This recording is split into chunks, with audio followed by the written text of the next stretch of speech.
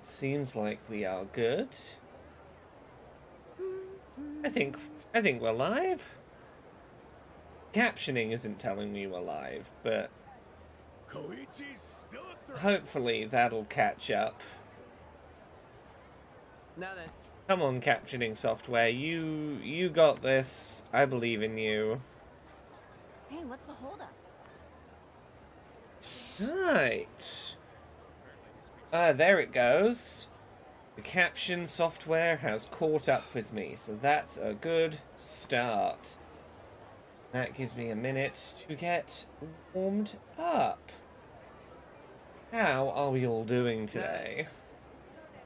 I'm just getting all of my various bits of the stream started. We can crack out the end of this big old video game. Big old adventure that we've been cracking on for many months of streams now. Right. Off we go. Oh, is this... Oh, that's the end of the MMA fight, isn't it? I'm a high enough level to go finish the big MMA fight now. I can do that. And that's not too plot critical, so we can do that while the stream is getting started. Be a great place to start. How the devil is everyone doing today? I should do my social posts as well in a second, as the last little bit before we get going. I want to get this battle initiated so that at the very least there'll be cool battle music in the background while we get everything up and running. I finish all of my many notes I've been working on for various projects today. What? Yeah, these losers, they want to beat up the MMA guy to get some clout on YouTube, because again, YouTubers are the villain of this game. Content creators of any kind on the internet are the villain. That has been well established. We're gonna try and start the fight, and then we can get going.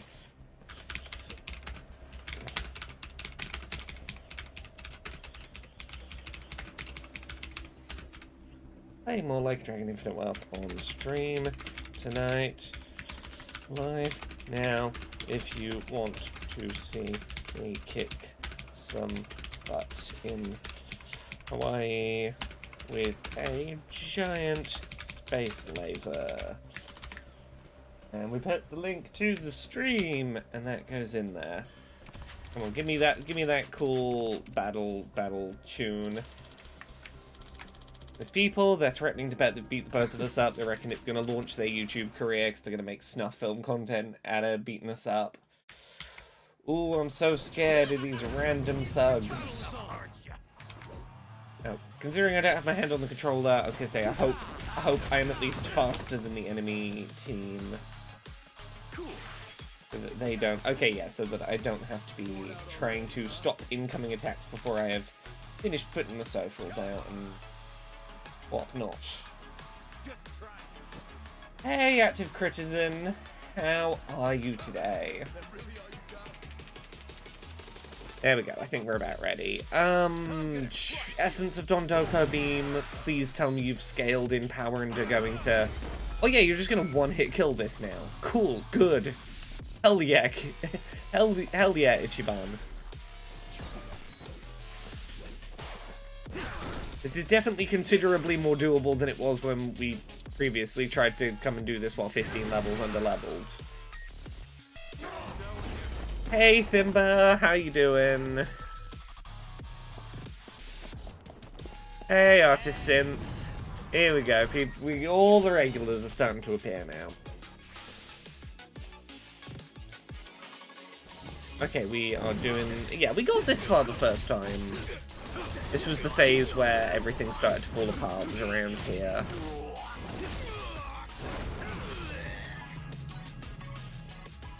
Broken Roads. Why do I know that game name? Is this the one... No, not the one I thought it was. Broken Roads. I don't know that I've seen this. Oh, is this the one from the thing earlier? Is this the Australian game that looks kind of like Disco Elysium? Disco Elysium meets Fallout, yeah, on the Triple Initiative, the Triple I showcase. I know nothing about that game, but if you've been excited for it to come out, hell yeah, I'm glad the thing you're excited for is now available. Oh, I can probably turn the game audio up a smidge. God, this dolphin attack is ridiculous. I have had a lovely, if very productive and busy day today. Recorded a real good podquisition. One of my favorite podquisitions we've done in a while. The energy was real fun in some places. I organized some stuff that I've been meaning to organize work-wise for a while. Hey, you remember there was a while where every now and then me and Casey Explosion would talk about horror stuff on a podcast, and then that vanished for a while. That might come back real soon. Might have scheduled doing another one of those. And also spent some time today prepping a video podcast that will be a semi-regular thing with me and another accessibility content creator starting soon, which is pretty cool. Spent some time today working out what that show's going to be and making sure it's doable. So, those who've bemoaned, oh, Laura's not on the, like, the huge number of podcasts she used to be on at a single time, that era is, like, slowly working its way back a little bit. There's, like, a couple more Laura podcasts making their way back into rotation, some of which will be video. Ooh. Ooh. Oh, 1 second. I just got a cool email. Can I talk about this? Can I mention what I just received?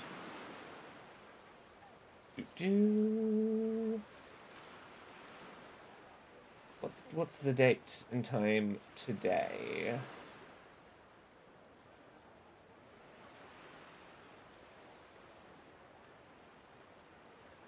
Ooh, I cannot talk about this. I cannot talk about this email. I cannot talk about this email yet. But it's a good, cool email I've been hoping for. Work related. Hell yeah, cool stuff coming from me. Been a good day. It's been a good day for work stuff. Anyway, these guys wanted to beat me and that MMA guy up for YouTube clout, and they failed to beat us up, and the cops have them now. Oh, this YouTube thing could still work out for us. We'll just make a documentary. How we got arrested in Hawaii. Oh, yeah, we're gonna be influencers. Oh, nobody's an influencer behind bars, moron. That's not true. I recently saw someone who kind of blew up as successful on TikTok because she was a trans woman in a male prison who got a phone smuggled into her and was doing, like, I gotta be in a place that's real fucking dangerous for me, but I can at least do thirst trap TikToks from inside my cell. It was a hell of a thing to see. Oh. Okay. Hooray. Both of our characters are okay. We survived people trying to get clout by beating us up. Asakura's gonna go back to Japan, continue training. Gonna rebuild myself as a fighter and content creator. In those worlds, only the strong survive. Yeah, that's the other one, Bellabean. I've seen people come out of prison and then make an influencer career out of talking about what it was like in prison. You know, going to prison doesn't mean you'll never be an influencer. It just kind of changes the influencer trajectory you're gonna have to take a bit. Oh, this guy's gonna get stronger for his viewers and himself. He wants to take on an undefeated boxing world champion. Ooh. Okay. And because we stuck with him, he's giving us something. What is it? Oh, this dramatically reduces the MP cost of abilities, I think? The Brawler God's Mouth card? Yeah, he did recover very well from that. Like, it was only a little gunshot. It wasn't like a big gunshot, you know. There's degrees of gunshot you can get shot with. Like and subscribe to my channel if you haven't. I believe this is a real man. Let me Google this man. I'm pretty sure he's a real man who is promoting his real world social media here. Asakura. Yeah, he's a real man. He's got a YouTube, I assume. Asakura YouTube. How did this do for your YouTube career? He has 3.3 million YouTube subscribers. Sir, you're doing alright. You probably don't need a side quest purely to be able to tell people to like and subscribe. I mean, you did have to. You can't have a YouTuber cameo in a video game and not have them turn to the camera, look it down the lens and go, like and subscribe. Well, that's done, and I want to check it on that, oh, Ichiban's an old man, he doesn't know how to subscribe to someone. Smash that like button, you know, comments down in the doobly-doo. Back when that was what people called, like, the description down below. The doobly-doo.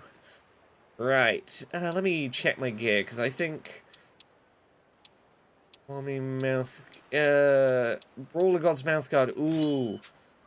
I can even further increase the, decrease the MP cost of doing my big laser.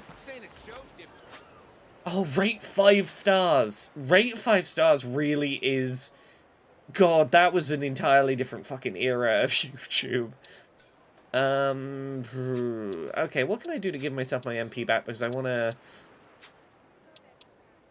to see how cheap I have made my big space laser, because that's the thing that's going to carry me through the rest of this as Ichiban. It's just going to be spam that laser as many times as possible to auto-win fights. Okay, I'm up.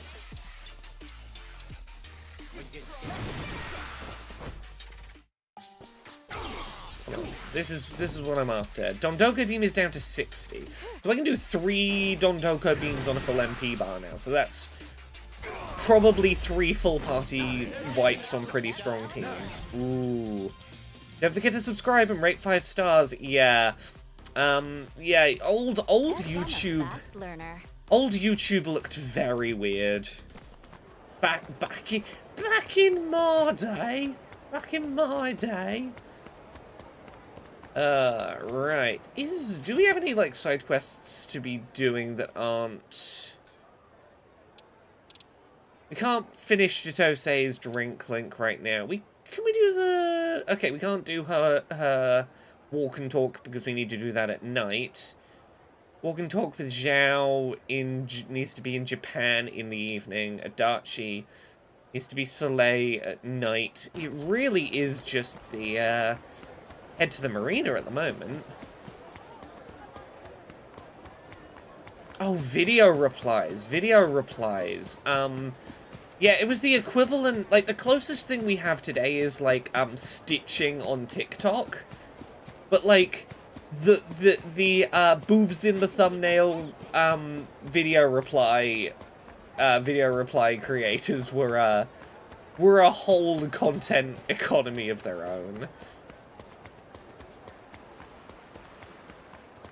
Oh, I might need some help from all of you in the Twitch chat today, because I've got a thing I could do with some helpful thoughts on. I've talked about this a little bit before. I've kind of teased this is coming. Hey, there's probably going to be a new video podcast with ooh, one sec. Yeah, a new video podcast coming probably a couple of times a month, maybe every 2 weeks, from myself and another accessibility-focused content creator, Arevia, who you might have seen I've done some long-form videos with fairly recently, get on super well with. We might be starting an accessibility in gaming-focused video podcast together. You know, talking about accessibility-focused news stories, getting into opinion topics that we want to like really get in the weeds on, talking about games we've played, but specifically from an accessibility perspective. Just having a very positive, supportive, positive, upbeat, accessibility-focused gaming podcast together. Bella Bean says you should invite Rada sometime. Oh, hell yeah, we will. Like, we want to get guests on. It's going to be largely me and Arevia as the stable hosts, and a lot of the episodes will be just us. We want to get other people on. We particularly want to get on, like, smaller accessibility creators who maybe don't have a platform currently. Particularly if there's, like, oh, hey, Forza Motorsport last year released with really ambitious blind driving assists. We would want to get a blind gamer who has had a chance to play it on the show to talk about that, so that we're not talking about it from the outside. Really looking forward to doing it, and, like, you know, getting started on putting episodes out real soon. But we've got one roadblock right now, which is the show doesn't have a name yet. And we're trying to find that one name where we go, yeah, that's it. For our, you know, women-led, positive little accessibility in gaming corner. Don't know what the name is. MK Ultra 64. That's a great name. It'd be great for people who want to find games that are more accessible. Yeah, we want to do something that's less, here is a dedicated video about, like, one specific thing. And more of a, like, hey, do you want just, like, a general overview of, like, what's going on in accessibility once every couple of weeks kind of thing. Yeah, so we want to, like, separate, because this is, like, a joint thing, it's not, like, my thing, it's a thing we're doing together. We're not going to put it under the accessibility branding, necessarily. Like, I will probably post it on the accessibility website, it'll be on the same YouTube channel alongside accessibility, but, like, we want it to have a name of its own, and finding... We're circling around trying to work out, like, what's a name we're digging. One of the ones that was suggested in over in the Discord earlier tonight that Arevia has just messaged me about to go, actually, I really like this one. So, one that we currently both like is Control-Alt-Access, which we kind of like. That was, I want to credit who suggested that. That was suggested by Bamal Such in the Discord earlier today. But yeah, any suggestions of, like, thoughts on gaming accessibility focused video podcast name thoughts, we're circling around, we're trying to find the whatever that correct name is, if there is something better than where we're currently thinking. So if you've got any thoughts, throw things around. I would love to hear ideas, because I struggle at naming things. I either go way too specific or way too broad. I get choice paralysis about naming new projects, because I'm like, what if I get, like, 3 episodes in and I decide I hate the name and I'm stuck with it, and therefore I get paralyzed. The Dames What Play Games, brackets accessible. I don't know if it would SEO well, but it amuses me. Yeah, Control-Alt-Access is one that I do. I do, of the ones that's thrown around, it's one I'm like, I could maybe see it being that. Up on supplies and essentials. You can't think of anything, Takata? I haven't seen you in how long? So yeah, so recap, we're trying to work out how to get to Pelicana's private island, which is probably where they're hiding all of the nuclear waste from Japan. We can't find the island, but, like, maybe we can find a boat that's going there and, like, sneak aboard that. So Tomizawa's, like, going to his old friend who's like, hey, you work at the docks. You see any weird suspicious boats that you could, like, clue me in on? That was what was going on plot-wise. Now this? Are you some undercover cop, man? We don't have time to waste. Can you think of anything or not? There's one boat like that, maybe. Docks about every 2 weeks. Showed up again this morning. Shit, for real? It's here? Now? Yeah, no one's there, though. Crew's out at the moment. Perfect timing, then. Can you show it to us? I guess so. Follow me.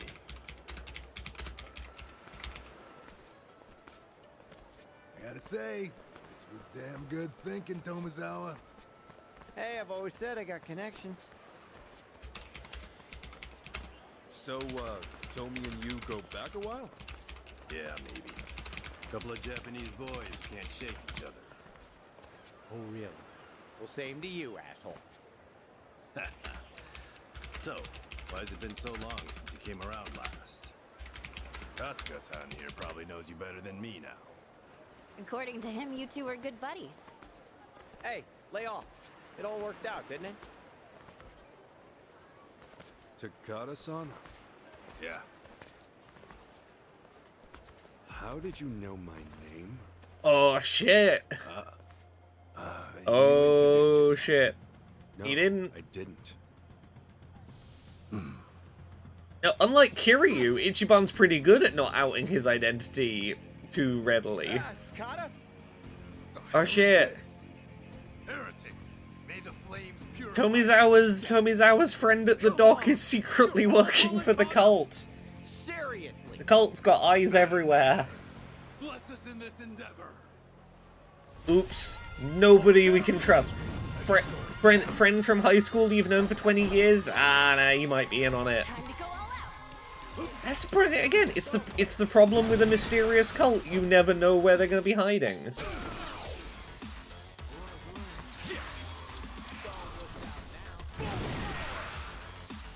Come on, Ichiban, just nuke them from orbit. Okay, didn't quite take out the ringleader, but we can deal with that. Essence of Masked Medium. We done this attack on stream? I don't know if we have. Oh, this one.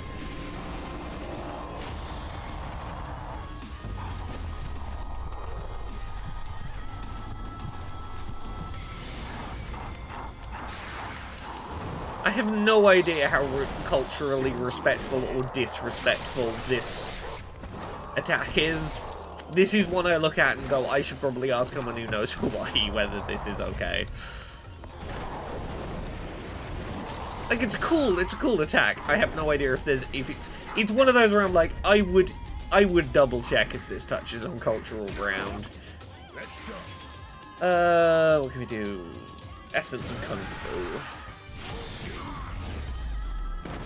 Access granted, I imagine, already is taken. Let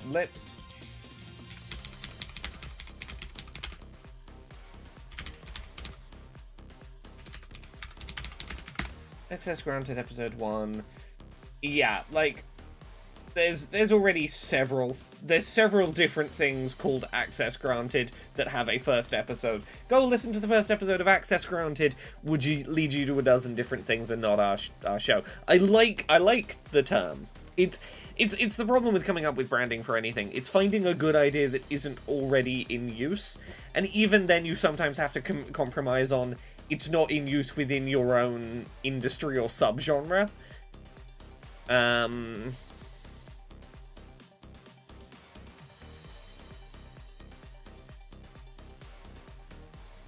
It would ironically make the podcast less accessible. Exactly. Good naming thought though. Like that's the kind of realm I'm trying to think in. Takada, damn it! When'd you join Polycana? Like if it wasn't a corporately owned, trademarked, copyrighted term, I love the idea of something like co-pilot mode.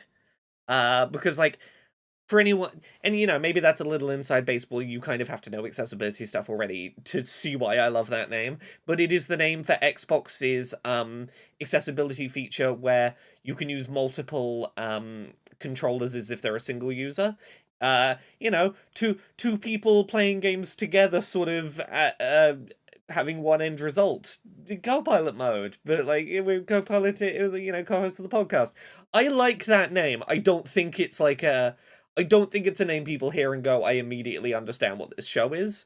But Bellabean says, I was gonna say, is there an accessibility feature you could utilize for a name? I think co-pilot mode was is the closest something has come to maybe that would be it.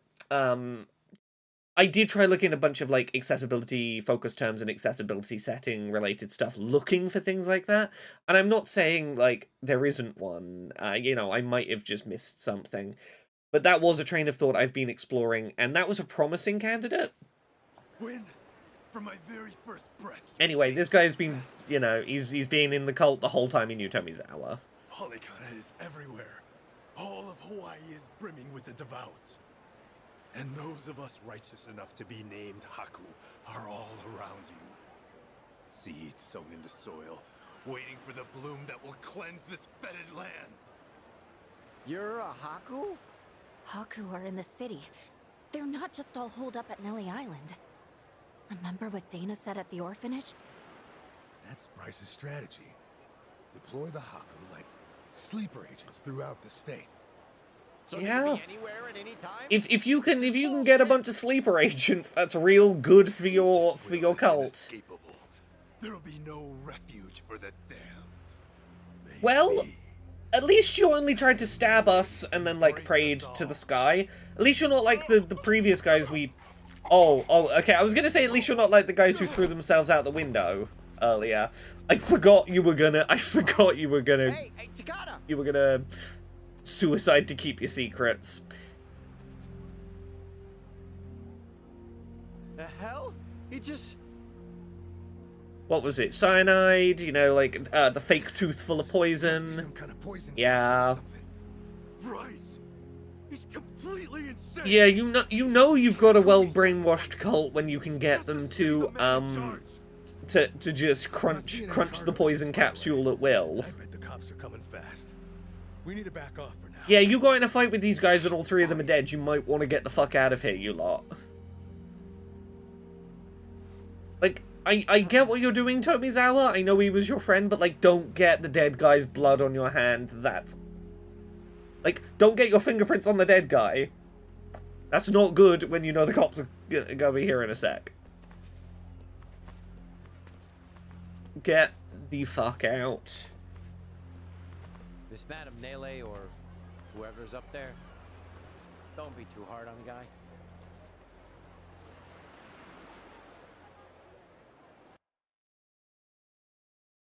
Yeah, like I was thinking of accessibility related terms that could make a podcast title. I don't think this one works because it's kind of reductive. Like, this is not the be all and end all of what accessibility is, but something in the realm of, like, I could see something like options menu episode 1. Like, I could see options menu being the name of something. Like, I don't think that's a good title, but something in that realm. Like, I feel like there are accessibility terms where it's like, you could pick a term and go, there'll be somewhere you go, I could hear that as a title. Like, I don't think that works because obviously, like, accessibility, the whole point of a lot of the conversations we have is accessibility is more than like a settings menu tick box exercise. It is a lived experience kind of thing. But, you know, options menu sure is a thing that would put a certain image in someone's mind and probably get them to roughly what we're going to be talking about. Oh yeah, no, they definitely have Tomizawa's fingerprints on file. He spent several years in prison after getting he got framed for a killing that Dwight, the guy played by Danny Trejo, one of his men did either he or one of his men did a killing and Tomizawa was made to take the fall for it. So the cops definitely have his fingerprints. Okay, let's go back to Yamai's until things cool down and the heat of the cops gets off of us. Huh? Oh no, who are these lot and the cops? Okay, it's more of the cult lads, including cops. Hey everyone, it's time for us to beat up a shitload of cops in this game. Hell yeah, it's time. Cop Kicking Simulator 2024 begins. That cop looks so terrified to be involved in this dance. He's like, "Ugh." He's dancing like, what are you gonna do to me?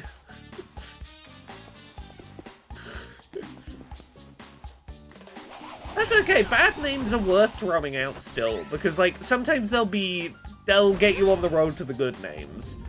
Like, the first name I threw out was not good, but I just needed to get it out of my head, was the Accessibility Buddies. Look, it's not a good name, but it is a name that got stuck in my head. You know, sometimes you just gotta throw words out and see what they do.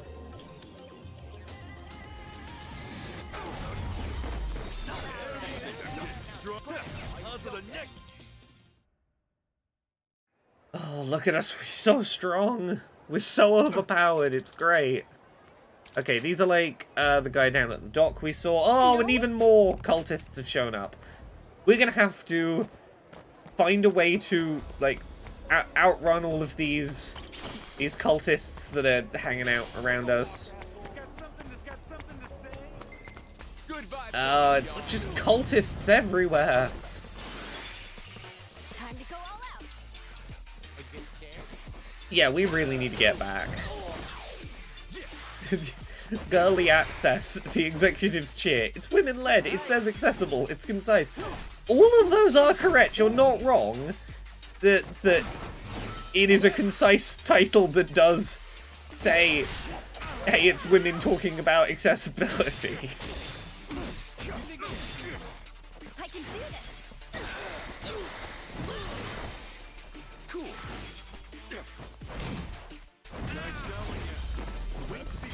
Okay. Where are we heading to? Let's get out of here. No one else try and beat my lovely characters up.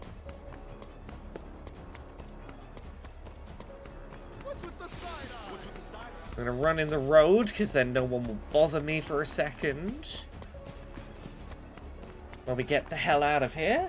What are you staring at? Got something to say? Oh, interesting Nintendo Switch related news. Okay, can't go this way. I guess we gotta go over this bridge. You know how there is like there is that one flash cart for the Switch that showed up and is starting to get out into the world? Yeah, other companies have already started working out how to clone it and make their own equivalents.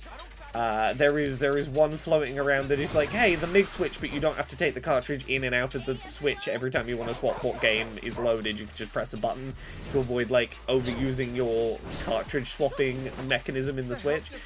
Like, the clones of the flash carts are starting to hit the market now. Like, there is no putting the genie back in that particular bottle for Nintendo.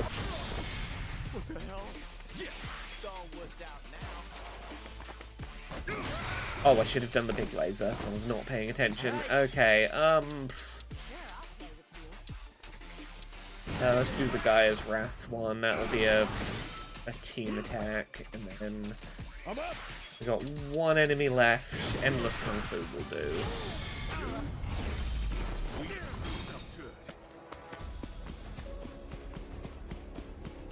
Where are we trying to get to? Oh, we're trying to get back to Yamai's fancy compound. There's all of the cultists know where we're at, and we need a new plan of attack. Oh hey, can I help you out? You want some junk? Have an electric geode. There you go. Have a good day. Hope you're all right there, sir.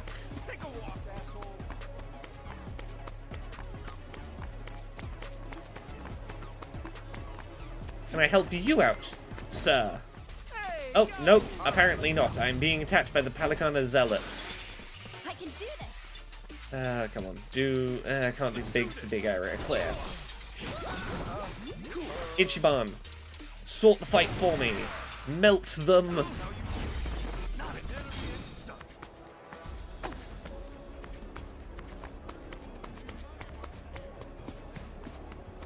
Ichiban. Got it. Okay, not that way. Where are we trying to get to right now? We were heading to Yamai's place, weren't we? Oh, we're just trying to outrun Palicana so they lose track of us. Okay, we're not heading direct to Yamai. We're just trying to shake the people who are following us. We can double back. Obviously not working, but that's the intent.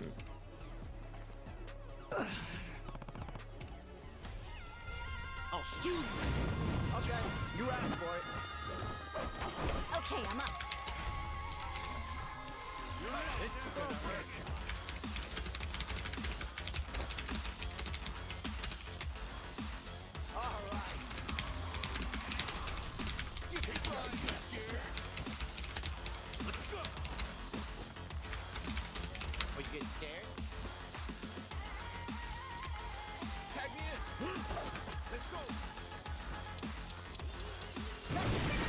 Oh, let's do it. Let's watch all the little puppies do their attack.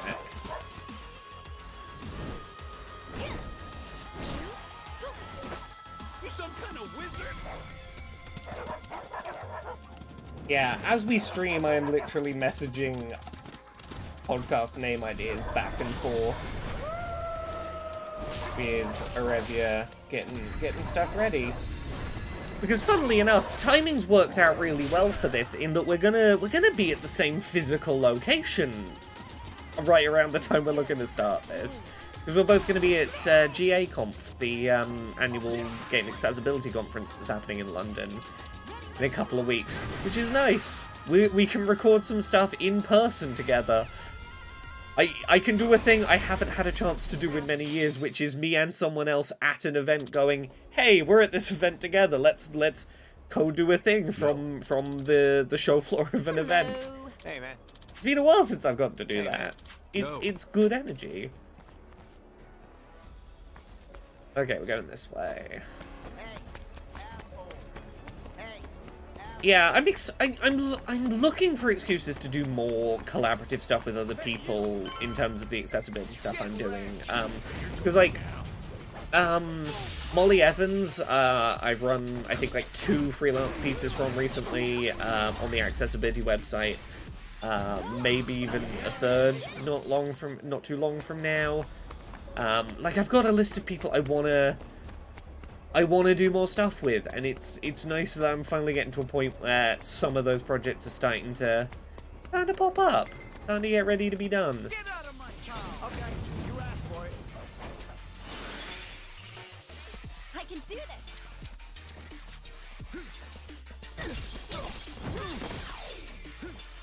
What level are these? These are like high 40s, these Polycana folks. Might be... No, we can still... Okay, they're still in the range. I can just one-hit KO them with the Dondoko laser. How far are we going to have to sprint for this? How far are we going? I assume I'm cutting through the gardens? No, I was very far away from you, enemies. That's unfair. Let me go.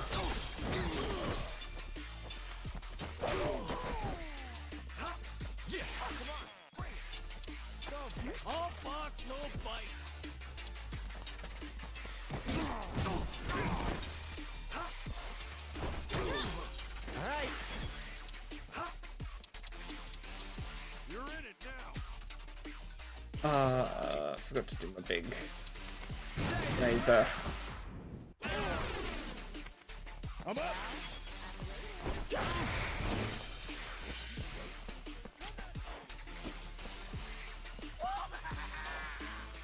I can do this! Someone get over here.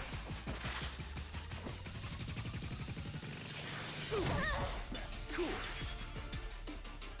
Let's do this, guys. You got it! Let's go. All right, let's do it. Oh, I've been sucked real back down the Balatro obsession rabbit hole recently.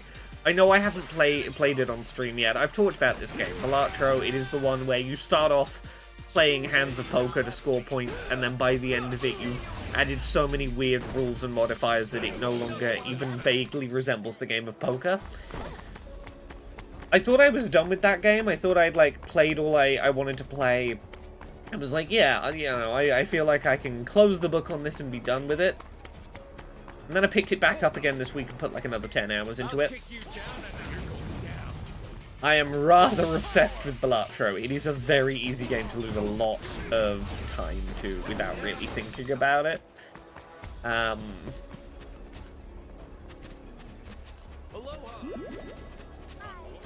we go. Run. Yeah, Balatro is real easy to... It's real easy to play while doing something else. It's real easy to do as a secondary activity, which makes it really easy to go, oh, I won't put it down, I'll just keep doing it during this. And then suddenly, where the hell did my time go? Yeah, I have little bursts of addiction to it, and then I sort of come out the other end and I'm like, I burnt myself out on it for a bit. I need a bit of a break. And then that little bit of a break ends and I'm like, I am entirely back in. It's not so addictive that, like, if I have, like, you know, a review code for a game or something to be working on for consulting or a work deadline, I can put it down. But it is very much the game of, I don't have any review games right now or anything I've got to, like, play for a consulting gig or for mock reviews. I don't have to be playing anything else for work right now. Okay, all of my time is below. All of that gaming time becomes Balatro.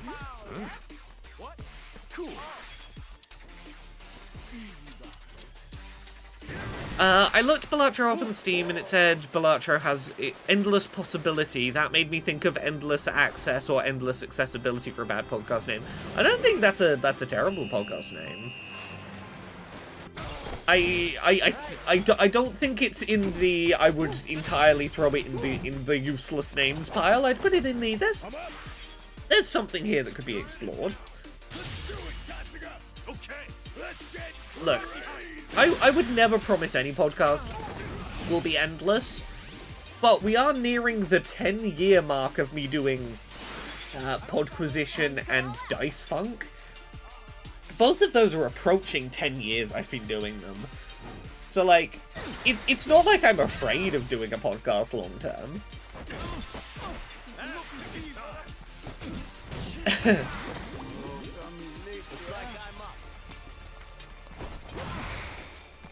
I feel like if I tried to MK Ultra, I think if I tried to follow your advice there and like make this podcast Podquisition 2, its Laura's 1 this time, A, wouldn't really do justice to my co-host, but B, would probably set very wrong expectations.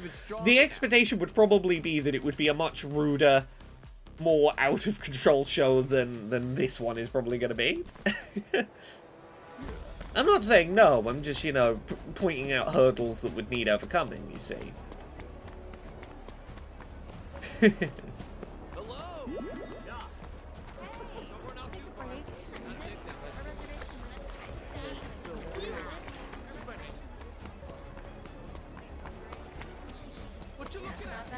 Accessibility-quisition. There you go. There's a beautifully forced name.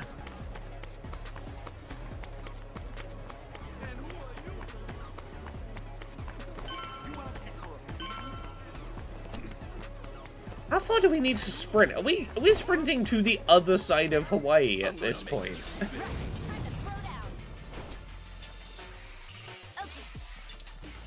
Ooh, my person I commissioned to do art assets is free to do art assets, possibly for new show thing.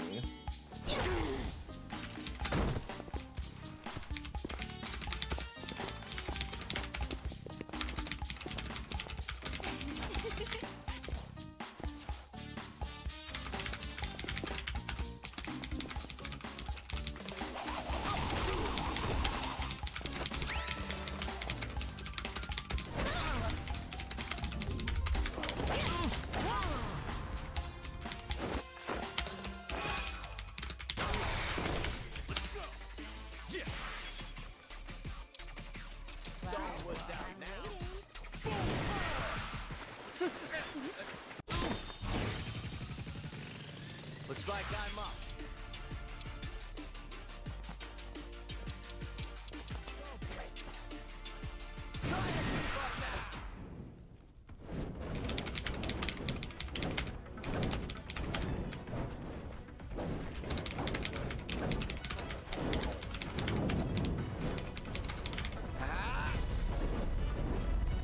Get away from me! You're out of here!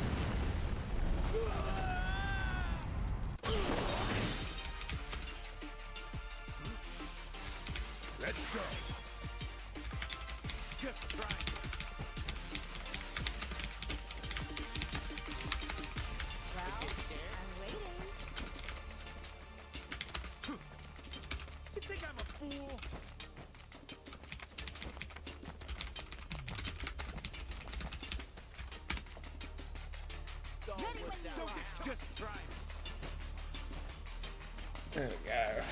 Whoa.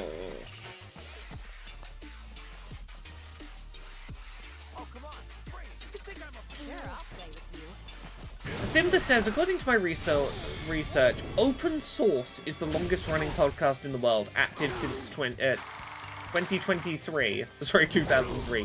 21 years. And they say longest active running, like, have they been weekly or whatever their schedule is? Like, that whole time the schedule hasn't changed over that amount of time?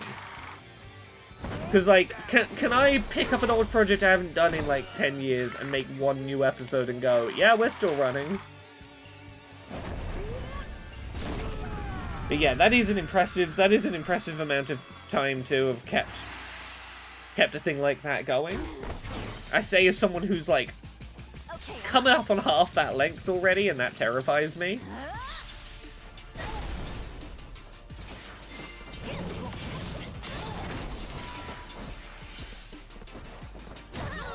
I'm impressed Pogquisition lasted as long as it did. Steph said this at the time when that show started. Prior to Pogquisition, no podcast that they'd been on had lasted more than like a year and a half. And this is the one that stuck for a decade.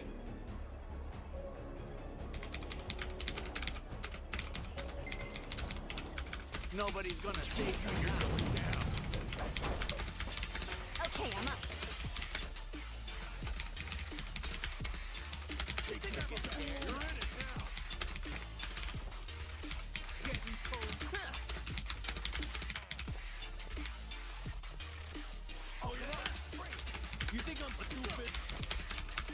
Hooray! Got an artist available to do some art assets.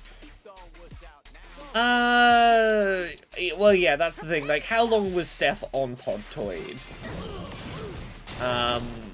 Like, with a consistent set of hosts. Like, can't it be more than a couple of years? Access Poditivity. Yeah.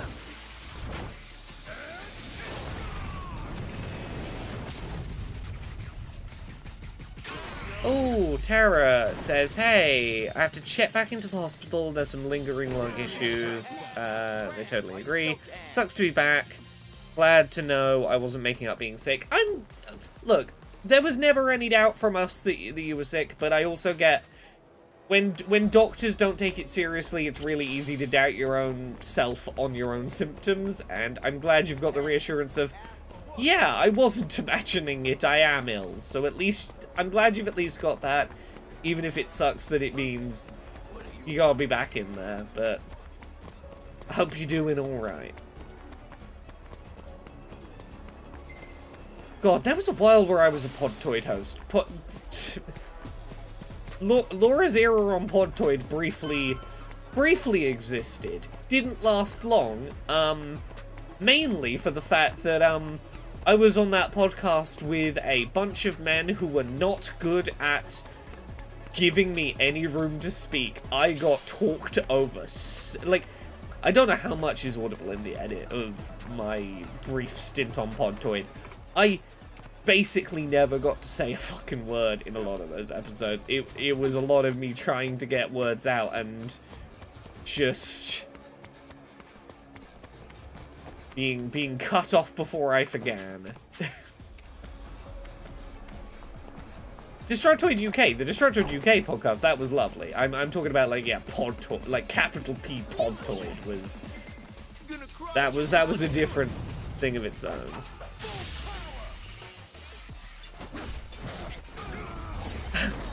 Bellabean used an AI name generator for a podcast about gaming accessibility, and the suggestions for titles, one of them was Gamers and Gamergasm.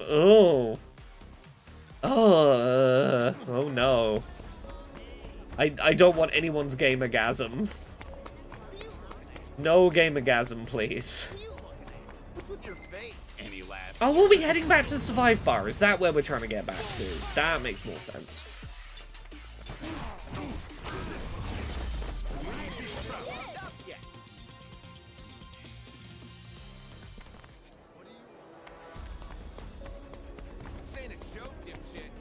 I somehow had to get this close to... Oh, no, we are running past it. I got this close and I assumed that would have been the sensible place for us to have been heading to lay low. But maybe we don't want to get, like, I can do this. all of the cult zealots, you know, to know where our super cool bar we relax in is, and I think that's probably a sensible shout. You got it. Everyone smacked down. So where are we heading then? If not to Revolve, and not to Yamai. I'll sue you. Please don't sue me. I'm busy trying to save my missing mother.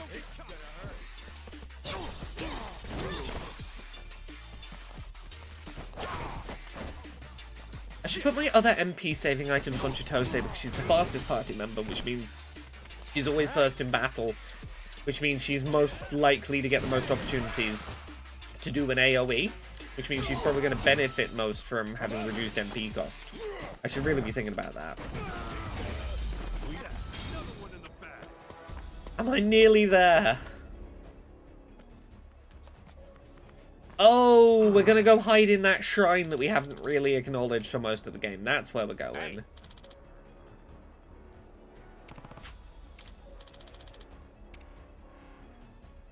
Yeah, that shrine will probably do.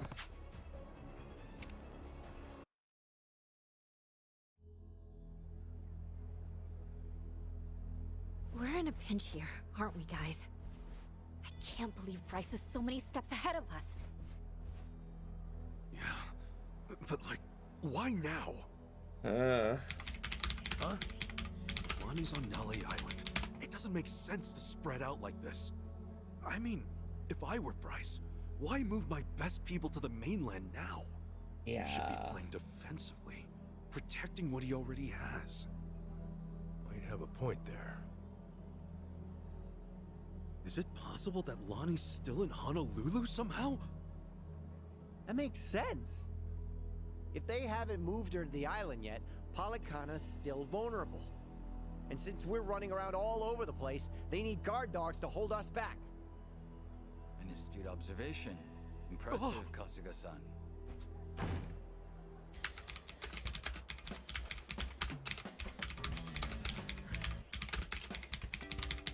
However, it might behoove you to lower your voice. Jungi! Hey, when do you fly in? Hello. I confess, it's been too long since I've gotten so much sun. Pleasure to meet you both. Jungi Han. I'm the Komijul organization's right hand. And Kasuga-san and I met there. So he's not an enemy? Guess not. Now then, shall we catch up? Sunny is always asking about your well-being. In spite of her demeanor, she's something of a busybody. Sunny, huh? She's still in Ijinsha with Kiryu-san and Namba now, right? Indeed. They're in touch with Zhao as well. That's why Sunny decided Hawaii would be a more useful place for me. I arrived 2 days ago. Access this podcast. I do kind of like that. That's kind of fun. Carrying out my orders. Determining Nelly Island's means of Here's transportation. Jungi! Hold on. We've got another party member to add to this fucking party of characters, If the everyone. shutters were to come down now, the game would be over. Therefore, Polycana's I've got another access party would member to come have to immediately, fucking level up. Such are Sunhee's instructions. Then we're on the same Oh, page. Jungi's fucking great. I love this gentleman. Please, take a look at this. We have an entire other human being to do a friendship bingo with Photo by still. hacking into a government satellite. Uh, Keep which nation a secret. oh hey! This is Nelly Island. This is the secret island where all the nuclear shit is being hidden. Yesterday, this ship was photographed. Called at bars podcast on Final the Fantasy island. 17. That would garner gamer interest. That would garner interest. We It could would, follow its but it route would. across the sea. It would garner interest from gamers TM, and I don't want that. Until finally, it docks on our island here. Considering its size, Fine. it's good cargo transport. Final No accessibility one would now. Yeah, this is another member of one of the. He was part of one of the Korean crime syndicates at various point. Wherever it is they dock their ships, Palicana was smart to keep it obscured. As of now, the boat seems to still be safe in harbor, which means that Lonnie is as well. All right, let's get to that dock. When Lonnie shows up, we'll intercept them and get her back. That would be a fine plan, but the cliffs are 200 meters tall with almost a 90-degree ascent. Oops. Even for an expert climber, that would be a challenge. And what about Palicana? They must have a way to get cargo on board. I would presume there to be a concealed pathway to the harbor from land. Unfortunately, I've been unable to find even a hint of such a thing in the photos. Were I to guess, could be located underground. Somewhere below street level. What is it, Chichan? Remember back when I went to District 5 on my own? Yeah, that was just after you left me naked on the beach, right? I didn't ask you to remember that part. Anyway, we took the subterranean path to Dwight's hotel to get there. Along the way, I saw the route branch off in another direction. What's that way? I asked, and the Barracuda with me just said, nothing. You didn't see that. Back then, I didn't want to think too much. Totally not suspicious That answer. could be it. That could be exactly what we're looking for. Bryce owns the Barracudas, so it only makes sense they'd run that tunnel. I know. Now, can we get there fast enough that we can save that little girl before she ends up Every on time we go there, I Crime Island? If it's any consolation, we're gonna eat shit everywhere in town. Oh,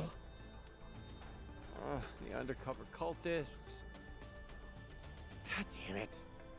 Damned if you do, damned if you don't. Wouldn't you rather die trying? Fine. What's one more ass kicking if it wins us the war? Attaboy. I must say, Kasuga-san. yeah. I you think remain a we curious removed fellow. Chitose from the party for now. Make Everywhere it you go, boys you're club able to on this most side. dangerous foes Put and Jungi most in, reliable give him the allies. item that halves his MP, but like drastically increases To be his honest, XP I could do without the gain foes. rate. Anyway, man, Use that to catch him up. Palicana really needs to get theirs. Are you flying back soon? Not at all.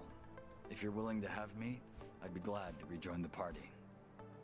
Oh, hell yeah! How many Let's hours fucking into do this that. game are we and still gaining more party members? Yes, we need one Korean party member in both countries that this game is taking place across, of course. That is important. Kasuga-san. Okay, we've got to restock our supplies Sup? before going to District 5. Okay, we'll get you some new clothing. Understood. Okay. What's the best job class to give Jungi? Do we leave him in his What's that default, or giant does he have a mouth better job monster? class we can give him? Freaks me out. Oh, that's Kamala, Kamurocho's mascot. Like back in Japan? Yeah, most districts have one.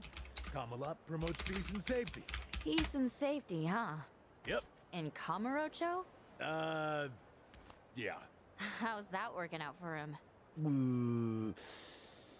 Don't give up, Adachi-san. Ah, Chitose's right. That is pretty dumb. Hey, come on. Anyone can start over from rock bottom.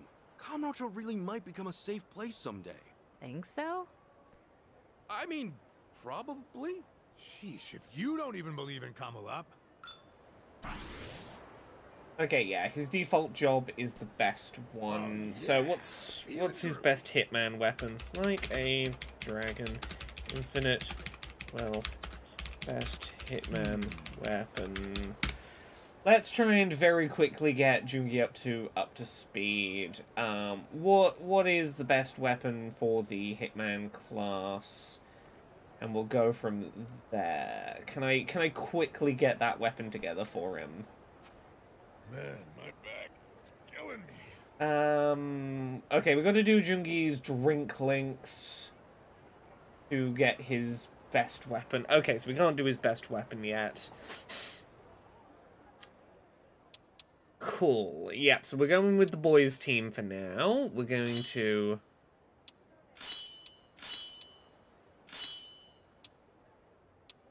Okay, he's got his best gear right now. We want to give him... What's the thing that's going to... Yakuza training gear is what I'm thinking of. And give him the ankle weights. And the Yakuza training gear.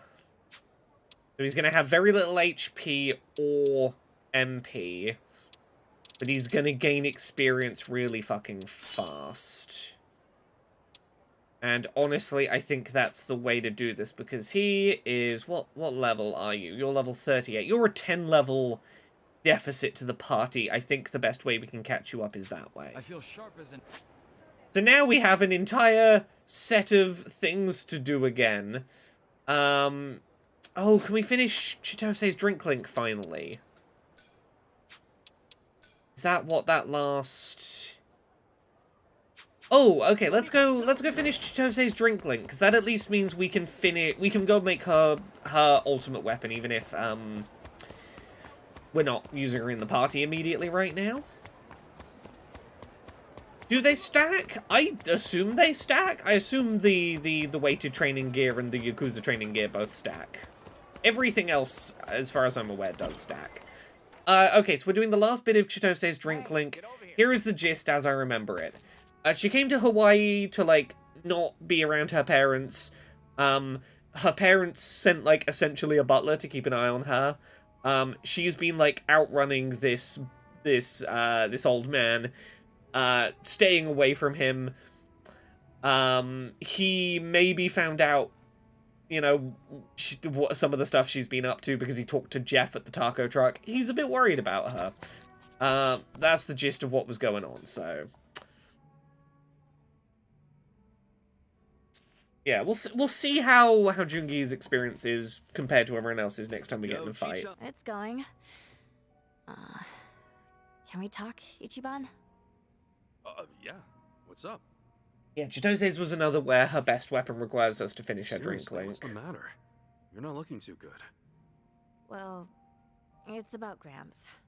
I suddenly lost contact with him. Wait, your Gramps? The same old man working for the Fujinomiya family? What happened? He's not answering my calls, and the GPS on his smartwatch was switched off.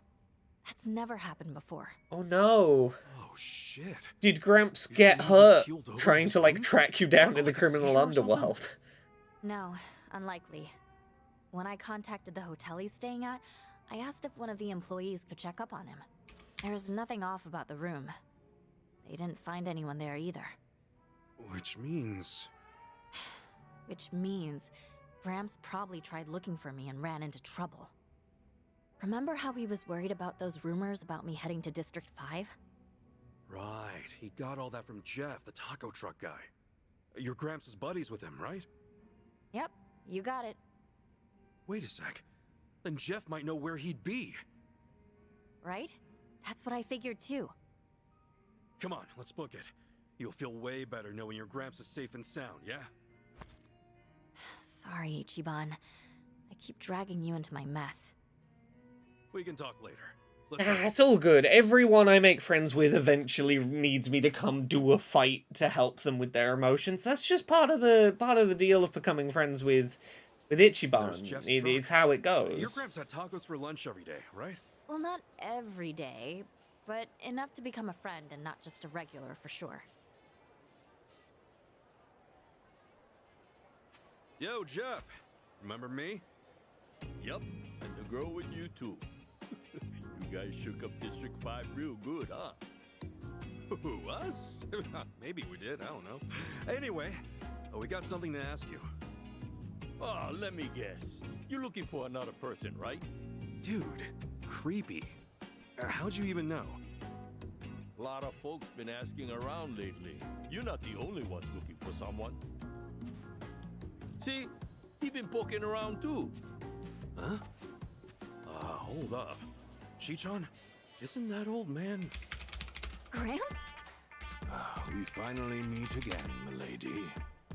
So it is him! Well, why's he here? No matter how many times I requested we meet, Chitose-sama refused to visit me. That was why I had to devise a scheme of my own. The scheme? Yes, one where the elderly butler suddenly cannot be contacted and his smartwatch turned off. In that situation, what would milady think? How would she act? As your butler, I ought to know at least that much. And sure enough, you made your way here, all for my sake. So, you're telling me you've been here waiting for me this entire time? For as long as I could. Whenever I couldn't be here, Jeff would try to pinpoint your whereabouts. Him of all people? But why? Who'd let an old man like him worry himself sick? Besides, the two of us are brothers for life. Every single time he stops by, he actually compliments my tacos. So I figure I lend him a hand, help him look for this rascal of a young lady he's soft for. And if you folks happen to show up here, I got some help to, make sure you stick around. Hold up. Why do they look ready to throw down? These guys are really fond of this old man too. He loves tacos and pays well. Plus, he might be pushing 80, but he's damn strong. Jeff here told me something interesting. That a Japanese man with shrub-like hair was desperately chasing after Milady. That would be you, I presume. What? Yes, but... well, look, the two of us are buddies now. You cretin who dares swindle the Fujinomiya heiress. I will have you apologize on your knees after due punishment. Better not take him lightly. That old man's tough as nails. I mean, my friends here are like infants compared to him. Hell, he even sent a pair flying back in the day. Wow, you actually believe that story? Yep, no reason to doubt him. Well, that's not important right now. Gramps, sir, I'm not here to fight you. I'm sure this is all a big Cass, misunderstanding. Twitch never tells anyone anything no I mean, more. Ichimon's my friend. There is apparently a setting you can go into somewhere in your Twitch settings that will be like, actually, please tell me when a streamer I follow goes live. Because apparently Twitch has started, like, changing people's settings to be like, well, you missed, like, one stream they did. So maybe you never want to see them again. We'll turn off the notifications just so we don't bother you. So they'll sometimes do like, oh, I did a daytime stream today, not at the usual time for the Triple I initiative thing, and it'll be like, some people didn't come to that. Those people must be no longer want notifications. Twitch is weird like that. They make a lot of assumptions and go like, let's just stop telling you about a streamer you follow. Please, Like, just thanks for calm that, down. Twitch. Love it. With all due respect, milady, I am quite concerned. Finba says I found 2 people who had that option turned I off. know not what Right. honeyed words he uttered to you, but you claiming him as your friend is inconceivable. This may get rather rough, but I hope that at the very least, this will open your eyes. Gramps! Do you remember the self-defense techniques I taught you? It's been some time since our last lesson. Sometimes Twitch just doesn't feel like telling you that people are live. So it does that sometimes. I love that about Twitch. Twitch is such a good service by multi-billion-dollar corporation Amazon. Thanks. Unfortunate, but when I see my lady in danger, Okay, this old man's gonna fight us because he thinks we kidnapped Chitose. Go get him, old man. I'm rooting for you. Kick his shrubby ass. Sir, I promise you I did not kidnap Chitose. If anything, she has kidnapped and or ruined my life like 3 times since we've known each other. But like, sorry Gramps, I gotta kick your ass to get you to understand that. Dolphin dive. Oh no, Jeff's friend. Down you go, Jeff's friend. If I'd realized this, I'd have probably just done the laser. Okay, fuck it. I want to see one of our new... which expensive summon do I want to see? Let's see the MMA fighter that we did a shit ton of side quest content just to be able to unlock. Real life MMA man, what is your pound mate summon animation? Got this. Yeah. On it.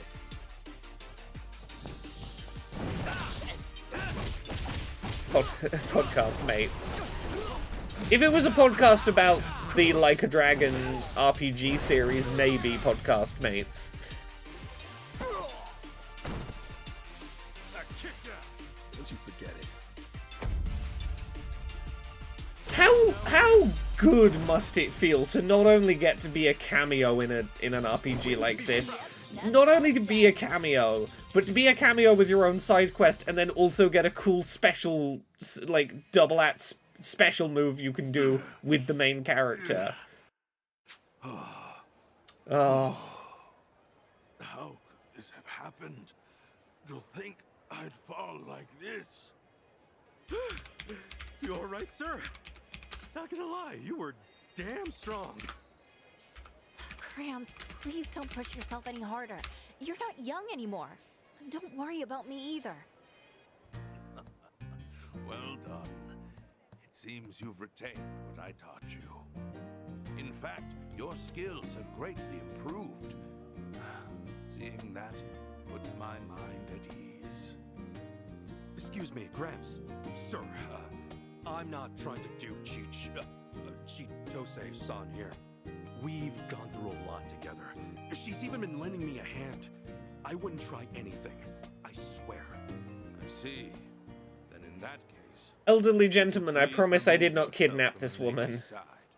Immediately. We're on a mission, I'm Gramps. sorry, Gramps, but I can't do that. You see, I betrayed Ichiban and his friends before, and gave them so much trouble. I have to make up for what I did, in any way I can. I'm the one who begged them to let me stay with them. Chichan. Chitose-sama, what exactly have you been doing here in Hawaii? Don't worry about that, old man. A lot of things happened, but, You'd be anxious if I long story told you. short, I'm more or less trying to leave the nest. The nest? Meaning the Fujinomiya family? Yeah, Is that right? Well, Look, Thimba, before I hear any of these AI-generated Yakuza podcast names, I'm going to tell you the one that just jumped to mind off the top of my head. I would call it Like a Podcast. It's the Like a Dragon podcast. Education is intended to teach the child in There you go, like a Dragon doing cast. so, Easy, they will be fucking able writes to itself. choose their own Like, I would listen to Like a Podcast. The fact that you will no longer be in my care saddens me immensely. I really am sorry for worrying you so much. I love Jeff, Taco Jeff in the background, just like, And fuck you on about? for everything. Why are you upsetting my regular? An old man buys tacos here every day, don't piss him off. Wasted on me. I humbly request for you to please tell your father that instead. He's been beside himself with worry, Chitose-sama. My family and me, we're just accessories. We only exist to make my dad look good. Nothing but props to show the crowd that a successful exec can have a happy family. You've seen it yourself, haven't you? Are you perhaps referring to the family photos? The ones taken by an intimidating number of... Oh, is Like a Podcast one of the options the AI spat out? Recall how you often Well, complained look, that well done. The AI came up with the most obvious fucking always bare demand bones fixes answer to I those could think photos. of. In fact, Like a he said podcast pretty Yakuza much everything he edition. does. A playful twist on the Everything I iconic made Like a comes first Dragon and subtitle. Everything else can come second, third, whatever. He's willing to edit and fabricate anything, all so he can look better. Isn't that right? That's why the... Chichan? Yeah, That is AI has reached the point of will upload take that title, video. remove one word, put Expose podcast in. Well, Fujinomiya Group. well done, large language model. You sure predicted what word could go there. Suspicions regarding this Tatara's identity. It is likely an insider, one who knows the Fujinomiya Group Oh well. no, Gramps, have you and worked one out who that has expressed Chitose hostility rumbled toward the you family's and the secrets? company itself. Oh, I wonder who that could be. He said that if such a person happened to be this Tatara, then that expose might very well be. Okay, his Dad, desert. Chitose's dad isn't too pissed of like, He yeah, I'm actually pretty blamed sure himself. it's my daughter who like ran that expose. On how he could uncovering all of my possibly corruption. antagonized Tara, did I he don't blame realize her. that? And ever since then, I could see that he has been quite sullen. Okay, that's surprisingly Of course, chill. the blow dealt to the group may have played a part in it, but I certainly doubt that was the only factor. But, Gramps, why are you telling me all this? Indeed. Why am I? Perhaps there was no reason to inform you. However, allow me to say this. I believe you and your father still have a chance to talk things out. If the both of you continue to build up your walls, then you may lose the opportunity to conquer them. Yeah, guess so. I only wished to Simba speak says with you the face to AI face so trying that to I come could up with tell you Yakuza that podcast myself. names really loves Majima. Well, yeah, Okay, so... I can tell you why that AI is trying to make names about Majima. Majima, I think, really walks the line that AI fucking loves when trying to come up with suggestions, which is very specifically, one step removed from the obvious suggestion, but still popular enough that everyone knows it. Therefore, it feels like an inside reference, but a well-known one. AI loves to zero in on, like, one detail in shit like this and go, what's one step below the obvious, but is still in the... Like, if you were doing an iceberg, format, it would still be way above the water, not any of all the layers below. And Majima is like, oh, the secondary protagonist of those games. Ooh, look at you showing your knowledge. Oh, you decided to give me another lesson in self-defense while you were at it. My apologies. Something on my face? I may not know who you are. However, the moment we clashed, I could discern that you are not one for deception. I shall refrain from prying for now. So please, look after Milady in my stead. You got it, sir. You can count on me. Much obliged. Furthermore, there is something I must clear up with you. In my younger years, I did, in fact, lift up and throw a bear. Do not underestimate me. Ichiban's... There is definitely some pushback on Ichiban. Ichiban, some people are like, this is not my Yakuza protagonist, this is not the genre of Yakuza. But like, those people are fucking missing out.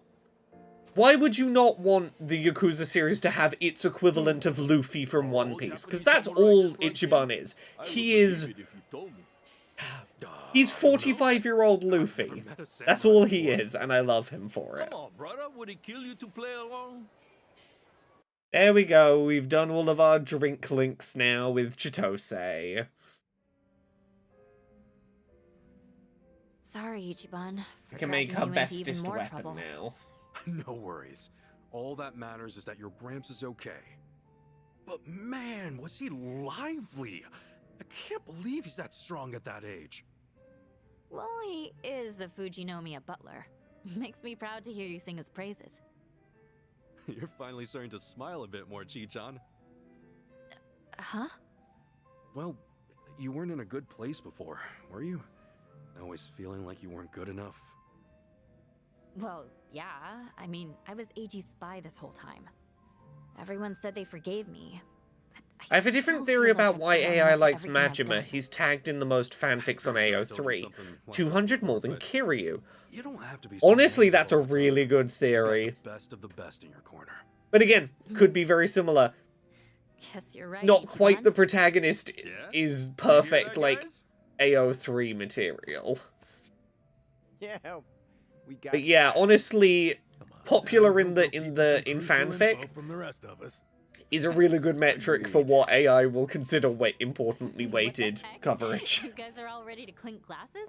Well, then you can count me in too. Hey, who invited you to the party? Ah, it's all good, man. The more the merrier, right? Oh, yeah, fine. Should have figured. Hey, now you're catching on, Tomizawa. If I can let my guard down, you can too, Chitose-san. You've been doing great. Well, thank you very much. Anyway, cheers! Cheers. Yeah, Chitose's all good now. Thanks, Ichiban. Don't mention. Oh, Cass, that's perfect. Cass Fireborn says, the current most recent update to the AO3 Yakuza tag is a Voltron crossover fanfiction called Like a Space Lion. Fandom is great sometimes. Like a dragon becomes like a space lion. That's fucking baffling. But I wouldn't have it any other way. Right, is Chitose back out the party? Because if so, yeah, okay. Ready when you are. I'm gonna go and try and make Chitose's ultimate weapon if I can. Okay, the weapon building place is over here. And then I'm gonna go speedrun becoming best friends with Jungi as quick as I can. Oh, finally! Finally! Oh, this annoyed me so much. So in order to level up the this location where you can like upgrade your weapons and craft new weapons, there are two ways you level this building up. Either by doing ridiculously large amounts of like crafting things and upgrading things, or much more efficiently by just paying her money directly to level up the building so that you can like you've got to get this building to level 4 to be able to do like the top end late game weapons. She is supposed to, at some point in the game, just walk in front of this table and we'll have this conversation and she'll open up the development option, which lets you just pay her money to level the building up. That's meant to activate really early in the game, and it's never activated in this save file for me, and I don't know why. So I crafted, like 200 weapons I didn't need to craft just to get to level 4. And finally she's come around the other side of the table. So she's going to offer to let me pay money to develop this place, despite this place being level 4 and fully developed already. Wow. Okay. Oh, God. I was so annoyed that I couldn't get this to pop. Okay. You want education, you want to go back to school, there's books, they're expensive, technical manuals, he wants to make better weapons. But like, hey, if I gave you money, you could buff this place up and make better weapons. Cool. You can now do investment in the gearworks. Cool. Great. Welcome. What is it now? Except I can't. Investment's not available because I fully upgraded this place already. God damn. Right, Heiress, what is your best thing? The Royal Prima Choker. I'll start right now. See how much wood. There we go. So we've basically doubled that power level. That's great. I do want to start taking some of the other characters' best weapons and powering them up a bit. So I want to find the Action Star. I want to get this up to level 50 as soon as I can for you. Meet your expectations. That's as good as it gets. Okay, so Adachi now has his best weapon at level 50. I want to get Tomizawa's best weapon up to level 50. He's got his best weapon, the Dead Souls Axe. It's at the basic level, so we're going to just pump every resource we have into that right now to level it up as best we can. Level 9, right, that'll do for now. You'll be happy with this. Okay. So, I want to build the best Hitman weapon, which I'm going to need to do Jungi's entire, like, drink link. But I'm also going to need rainbow crystals. I can get that from the underground dungeon shop. I need another shark fin. Okay. Before I do all of Jungi's friendship quest, I'm gonna go get a shark fin, which is like the hardest, like the toughest to get material for doing the end game weapons. But the best way I've found to get the shark fins is to go fishing in this weird, gross canal. Incompetent Hero says, how is this game not done yet? It's nearly done. It's nearly done. We gotta become besties with Jungi and get his level kind of caught up with the party. And then here's the final mission. Well, okay. We got a friendship Jungi. We gotta rush to District 5 and see if we can rescue Lani before she gets shipped off to Palikana's island. And then we are finally at the end of the game. It will be Ichiban and crew go to the cult island and stop the cult, and Ichiban and crew go and stop the Yakuza side stuff in Japan. Like, we are almost at, here is the final mission for each half of the story, but we gotta become best friends with Jungi, and go fishing for a shark fin to make his best weapon, and also go rescue that kid who's still in Yakuza company first. We're getting there, we're so close, we're nearly there. How much... They put so much... They did not need to put this much game in this game, but I love the amount of game that is in this game. I'm going fishing, everyone. I hope you're okay with me going fishing for a bit. Come on, give me a shark fin. Yeah, shark fin's gonna take me a minute. But this is way easier than trying to, like, actually earn the points in the dungeon to purchase shark fins, which is what you're kind of intended to do. Sweet. In Before the Group Detours to France. No, that's going to be the sequel to the sequel. Infinite Wealth sequel is going to take place in Canada, and then, because Canada is kind of, you know, it's like Hawaii, it's kind of in the United States, but then Ichiban's going to learn French, so in the sequel to that, he can go to France. That's it. Yakuza Canada is the gateway to then do Yakuza France.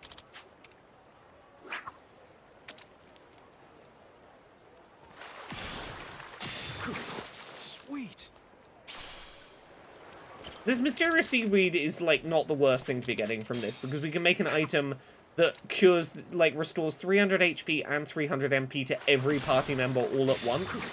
That's primarily made from cooking up seaweed. It's one of the best late game healing items available, and the best way to get it is using your discarded runoffs from the fishing minigame. Sweet. Honestly, I'll take a RGG Studios game in whatever fucking setting they wanna give me. I struggle to think of a location where I wouldn't be interested in what they would do with it. Or I wouldn't be at least intrigued at the concept. Sweet. Come on, Ichiban, Ichiban, shark fin. Italian Mafia they could do. They could do one entirely at Ocean about pirates, and then Ichiban could be the protagonist, and then it's literally just One Piece. He's dealing with real ass, like, you know, pirates, but he's trying to be Luffy about it. Sweet. I would play Ichiban's One Piece adventures.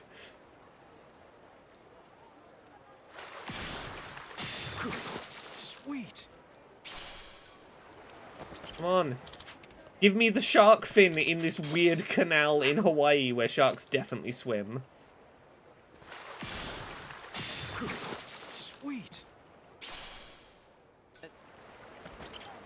Incompetent Hero says, I'd like a sci-fi spin-off. Ichiban gets real into their copyright-safe Star Wars allegory. I would fucking love a Mass Effect, like, fucking Mass Effect, but it's Ichiban stumbling around space. Solving space crime. Sweet. Somewhere online I saw, like, I see people throw around the suggestion that fishing with this man has a 1 in 10 chance of pulling up a shark fin. Sweet. Those odds are completely incorrect. There is no world in which 1 in 10 times you get a shark fin in this in the fishing. Sweet. Like, I would believe 1 in 50. But, like, multiple places on the internet list the odds as 1 in 10, and I don't understand. Sweet. Also, don't make me have to turn to the left to fish again. Let me stand looking forward where the fishing minigame ends and just keep mashing X to go straight back into the fishing. Yeah, 100%, like, someone got lucky a couple of times, decided it was a pattern, and other people copy-pasted the pattern, because, hey, fun fact, I would hazard a guess and say, like, 70 to 80% of, like, walkthrough and guides content on the internet isn't original, like, isn't based on people playing the game and writing guides. It's going and Googling other people's walkthroughs and guides and rewriting it kind of in their own words. And one way that some websites will identify that is they will deliberately include a little bit of not so incorrect that, like, it's gonna, you know, it's something big and you won't be able to follow it to complete the game, but a little detail, something like a percentage, that just is patently untrue. And this is my little suspicion about this, is someone has included a statistic, maybe, that is just not true. Like, not in this case, but in some cases they will do something like that.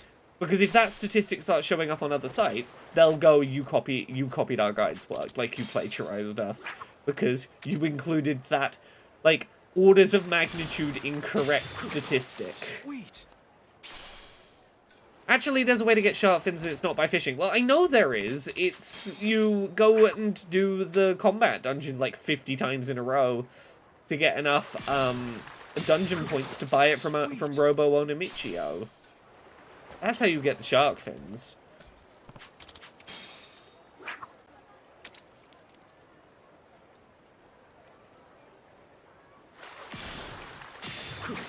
Sweet.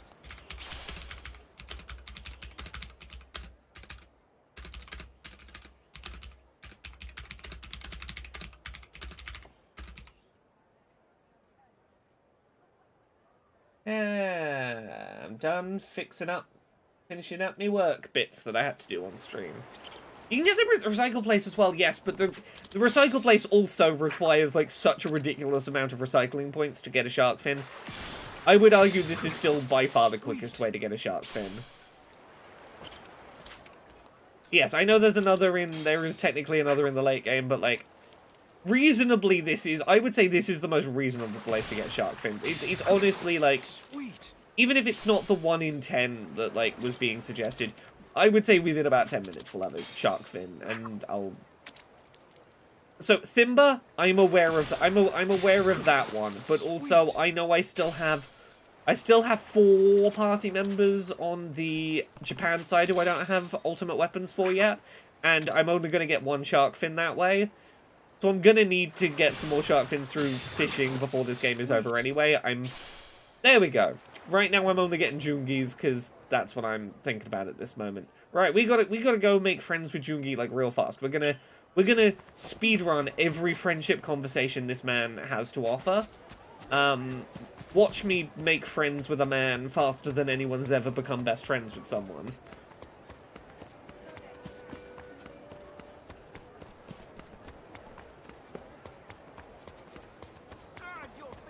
Yeah, sorted. Hurrah! I'm done with my work. I mean, I can get the speedrun timer up if we want to speedrun Jungi friend percent. Now, if someone wants to start the stopwatch and we'll honor system, and you know, we can honor system and you tell me what the stopwatch says when I call time. You know, if one person goes, cool, it's me, I'm starting the stopwatch, we'll see how friendship go.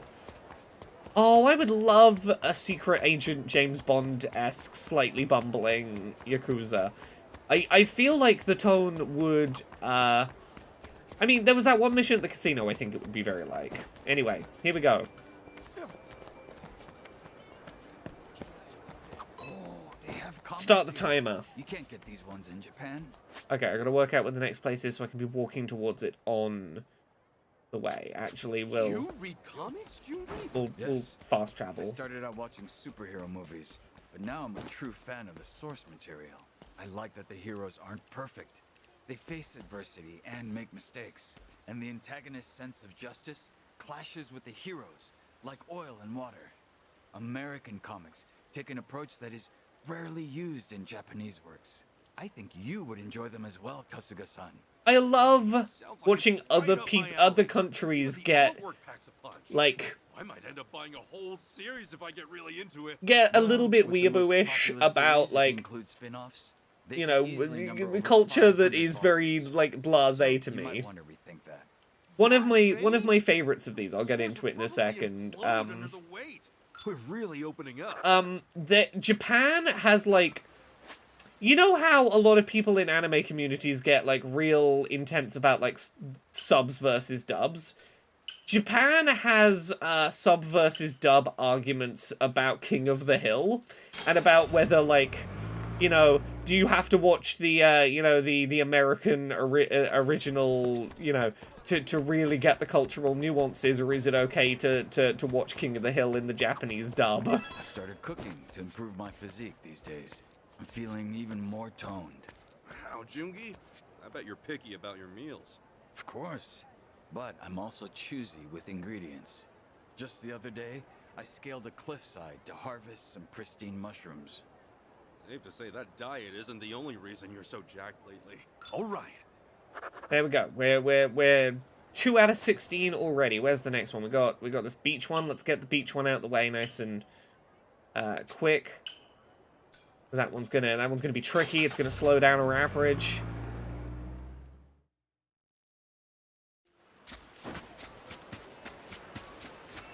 Here's a speedrun stat. You can avoid fights on the beach by running through the water and getting out of the aggro range of most of the enemies. And then, haha. Sure are a lot of kiddos out here. Should we make a huge sandcastle too? You sound like a kid yourself. Besides, I'm too skilled to compete against amateurs. What do you mean skilled? They're just playing in the sand? I mean, if we were going to really speedrun this, I would start it's a just form of skipping art. dialogue, but that After I feels like, you know, ascertain that's the like correct 80%, sand-to-water you ratio, know. I sculpt I want to, like, only proper percent it. absolute We got to hear the line With through. these two hands, I can build literally anything. Where'd you master a random-ass skill like that? That information is strictly You know, we can slightly Really speed things opening up, up. because you can't skip the VO lines, and they worked hard on those. Okay, where do we go? Where do we go? Most of this is clear. Most of this is clear. We're gonna take.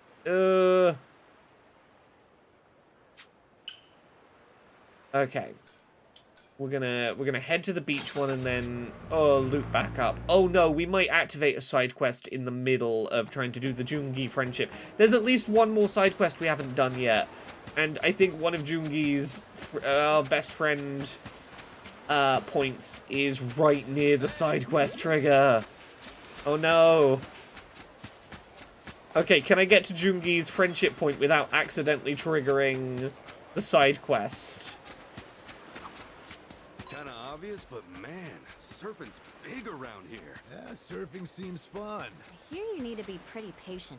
Old I can Dave skip might go these by because with these that aren't one. part of the In that Jungi case, I bet it's bingo. incredible when one finally hits. That kind of sounds like pachinko. Huh? Now, when you finally hit a jackpot after grass. See that guy there waiting for a wave? Must feel like being on, like, 1,500 spin.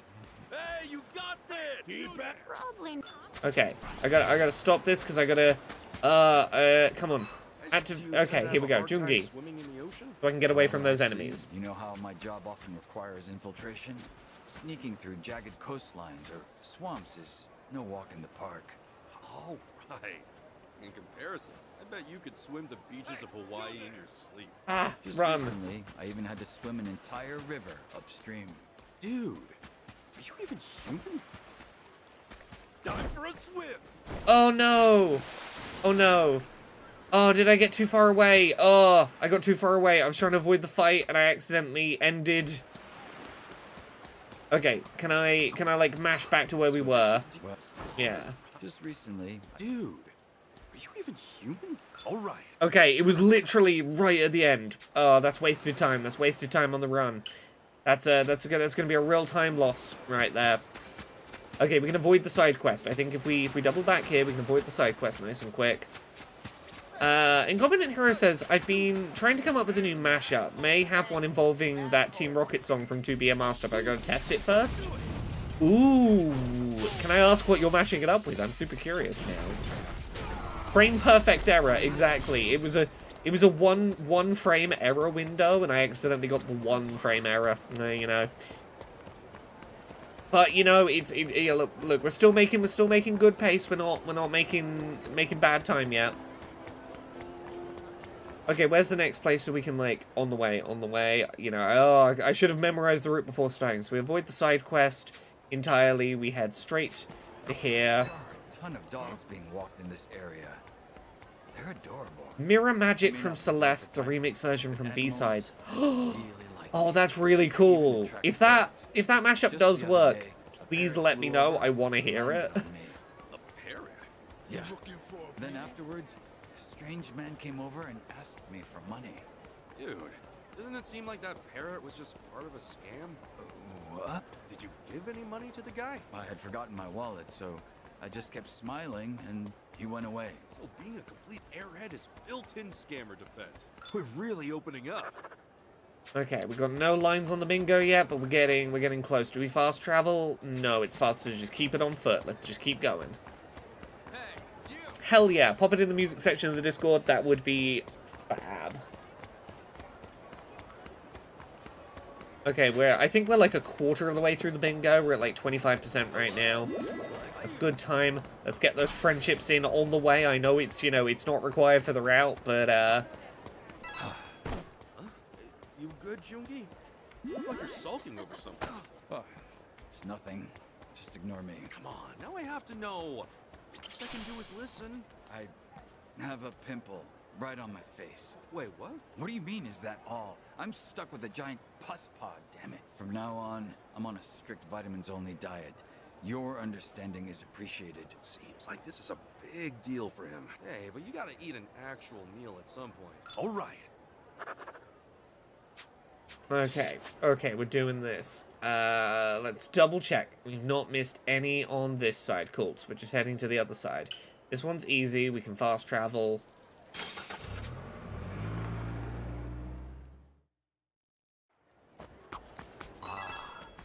What's wrong?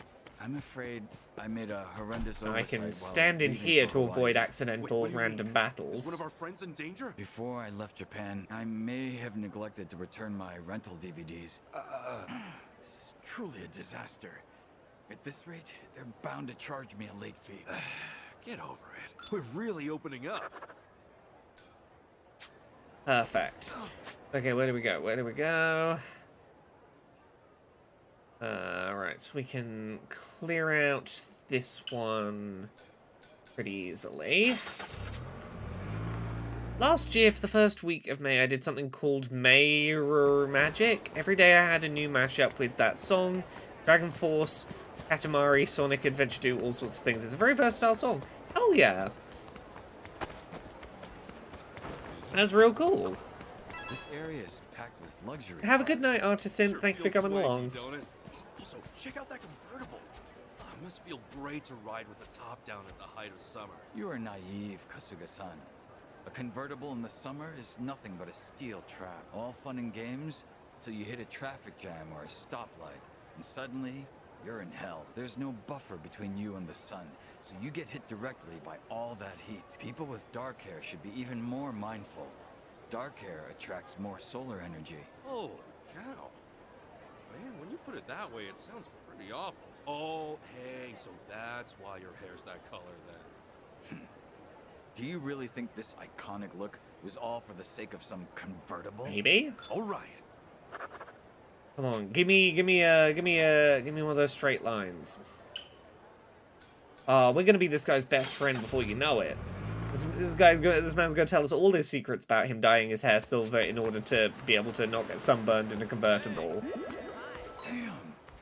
I misplaced the list of souvenirs that Suni entrusted me with. A souvenir list? She actually gave you one of those? Yes, I remember most of it, so I'm rewriting what I can.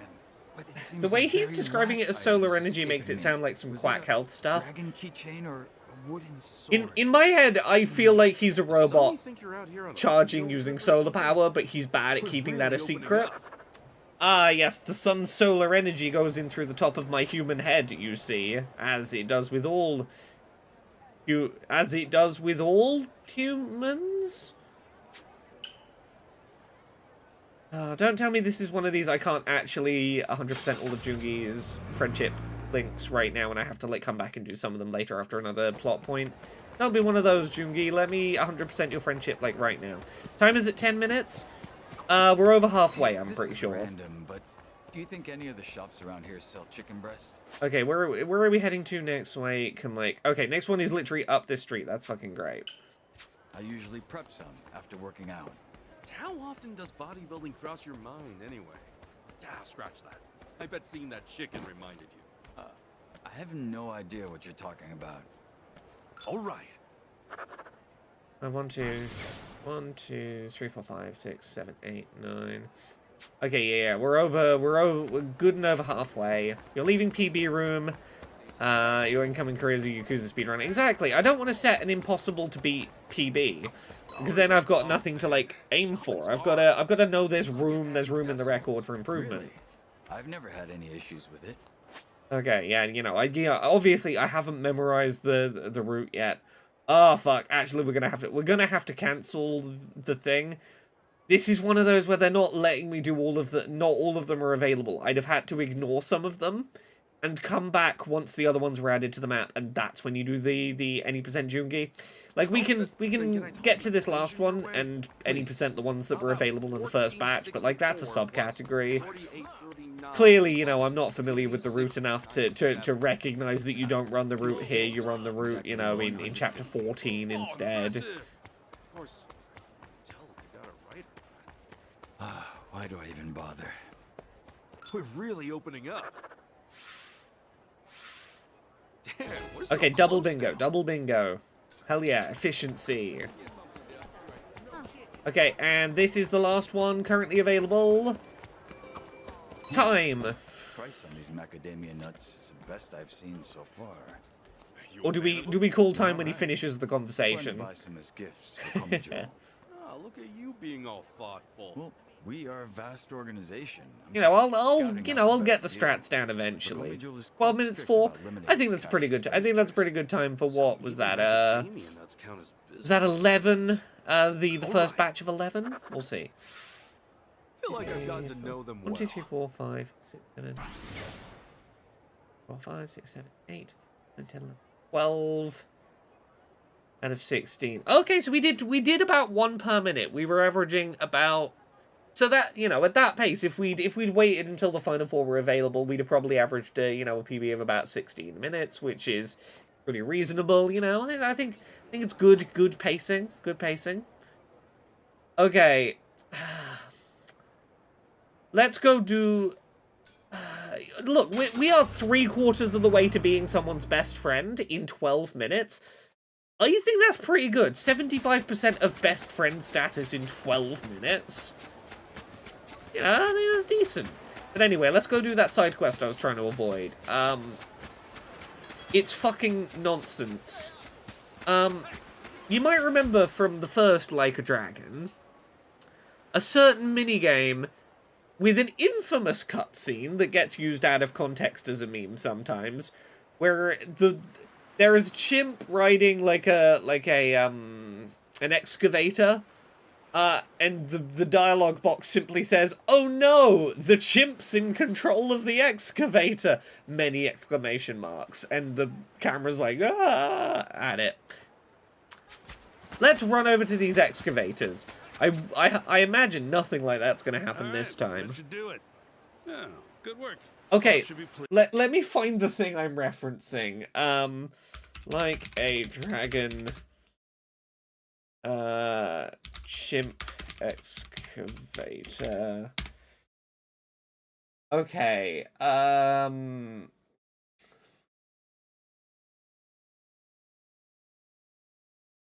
I can find an image of the chimp in the excavator. It's not the meme one I'm looking for. Where is that meme image that people share?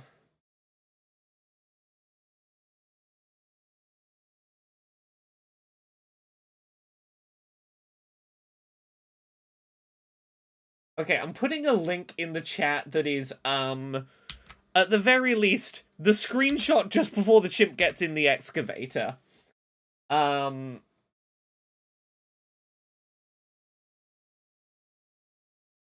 Someone can help me find this stupid chimp the side quest is called Chimp Calamity.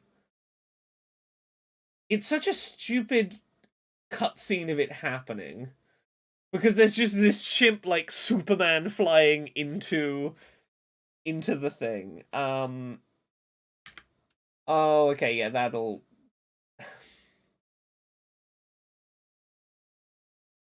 the other link I'm putting in the chat is the chimp leaping into the excavator. This should give you a pretty solid sense of like what I'm referencing. Why the excavators? You guys doing construction? Nah, these are just for display. They're rarities. Old models that were used during the settlement. Best days may be behind them, but for our company, they're sort of like old legends. Well, after we found them in such good condition, the boss made it his cause to show them off to the public. And so, here they stand. Sort of a monument, I guess. Honestly, the real spur of the moment. Getting the display permit, hauling them out here. This is our busy season, you know. Sometimes the boss just gets a hair up. Excuse my language. I'm used to it, but some of the guys are kind of pissed. Wow, sounds like a tough gig. Diggers like these probably were instrumental to this beach, though. They may be old, but you can't deny they got character. Wear and tear makes them look distinguished, I say. Guess they don't run anymore, huh? Both have had their battery removed. Their hauling days are over. Ah, well, it's a good thing that these excavators don't have a power source, because if they did, you know, then they could be misused. Huh, look at that. They're both missing their covers? Afraid so. You'll never find one of them with every piece accounted for. Oh, and nothing to prevent a new power source being put in there. Funny to think that if they just had some juice, they'd run again. Oh well. No way that'll happen. No way that'll happen, sir. Wait, did I hear right? If they just got some electricity into the open socket, they'd be usable? Could be. The levers are rusted over though, so there'd be no way to control them. Or it'd be real dangerous if the power got in there, because then they'd go haywire with the broken controls. Just don't worry about it though. How would that even happen? We should head off. Need to prep for the boss. It is the something ridiculous is going to happen music Incompetent Hero, but maybe that's a red herring. Maybe nothing's going to go wrong. That just feels dangerous. Okay. Suspicious open socket. Now, how far do I have to... Oh, I don't even have to go anywhere. I literally walk this far. So this man is a Miracle Aquarium! In the past game, this man was the circus leader who accidentally let his chimp get in control of the excavator. This man is responsible for... Oh my god, the chimp is driving the excavator. Ah! That sounds fun! He's doing an aquarium now, though. There's no chimps in an aquarium. How could it even go wrong? All around the world. Papa might like to see that too, don't you think?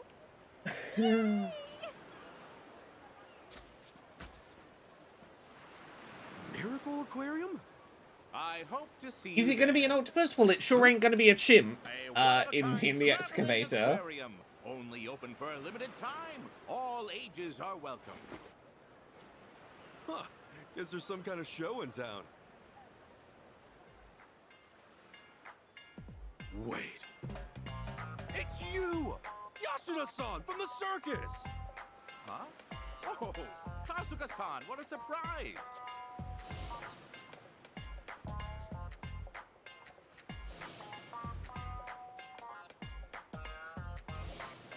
Pull me over, Kasuga-san. What a crazy coincidence! Look, I won't speculate on what might or might not happen. You've got all the pieces, chat. You're running an aquarium here now?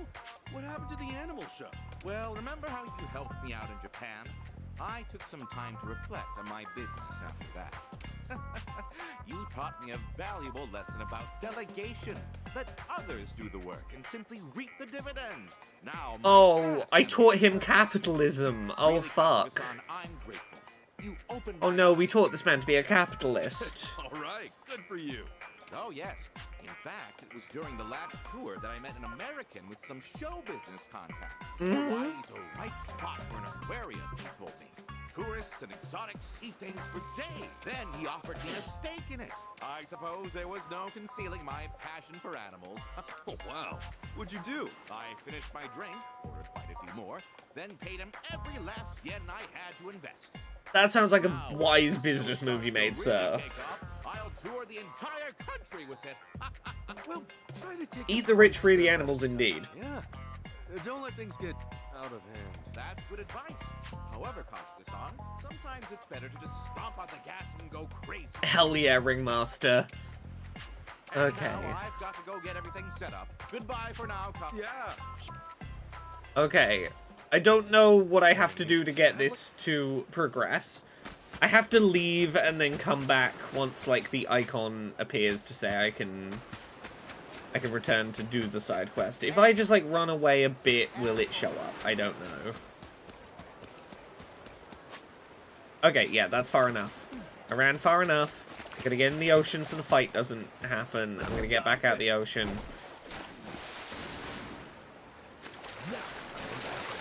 Oh, well, Incompetent Hero, I have no idea. I don't think it's gonna let me, continue the Jungi, friendship quest until after we do District 5, which probably isn't gonna be on tonight's stream.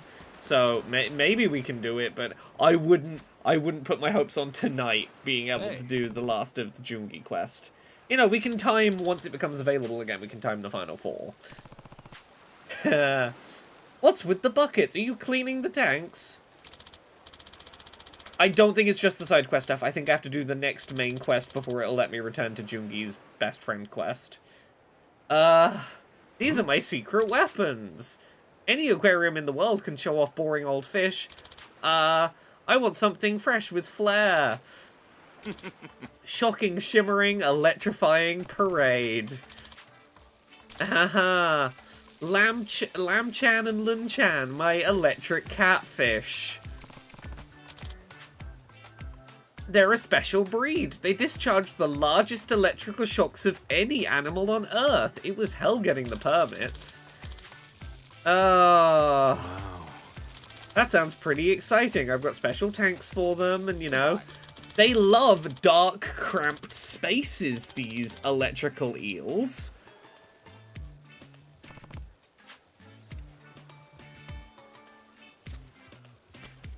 Now he skips towards the aquarium very safely. Wait a second. Funny to think that if they just had some juice, they'd run again. Wait, did I hear right? If they just got some electricity and Ichiban having a flashback way too slowly to do anything about it. The lovers are rusted He's over, having this whole flashback while the man runs toward the excavators. engine turned on. Do-do-do-do-do. Okay, it's a 1,000,000 to 1 chance, but like I should warn the guy, right? I'm sure nothing ridiculous will happen. Nothing at all. 2, 3, 4. Hey, wait a minute! The electricity! Excavators! Excavate what? Whoa! What's a sea cucumber doing here? This might be one of my favorite cutscenes in this entire fucking game, because none of the angles make any sense. It is not in any world believable that these buckets, like, that this is working. But just...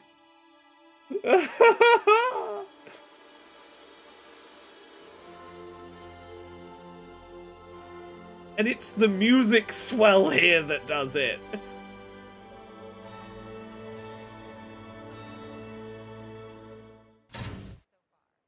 Oh no!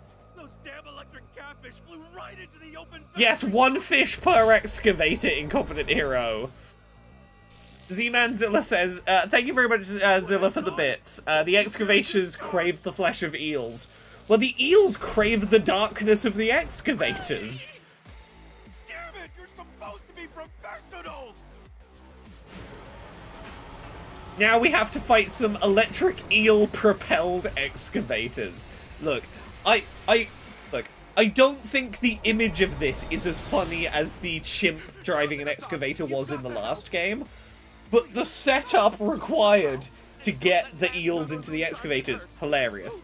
I think the main thing that last game with the chimp in the excavator had going for it, and this is the best thing, as the chimp is like in a frozen animation and like they're just sliding the JPEG of the Superman chimp into the seat, they do a slide whistle going whoop as the chimp leaps into the excavator. That's that's real good. I do think the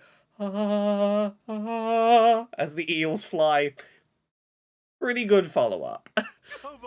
Yeah, this is a boss fight in Competent Hero. This is a boss fight we gotta do.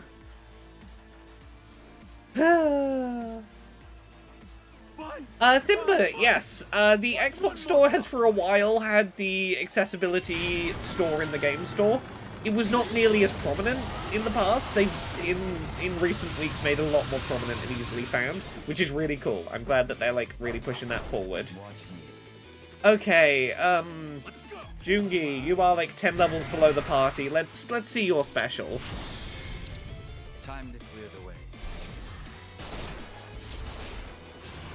You're just doing Naruto dashes and Matrix gun, like, bullet time gunfire. Let's do another expensive Poundmate summon we haven't done yet. We've done Date-san. I don't think we've done Akiyama yet. I know we've not done you. Oh, let's do our old martial arts master. We've not summoned him from Poundmates yet.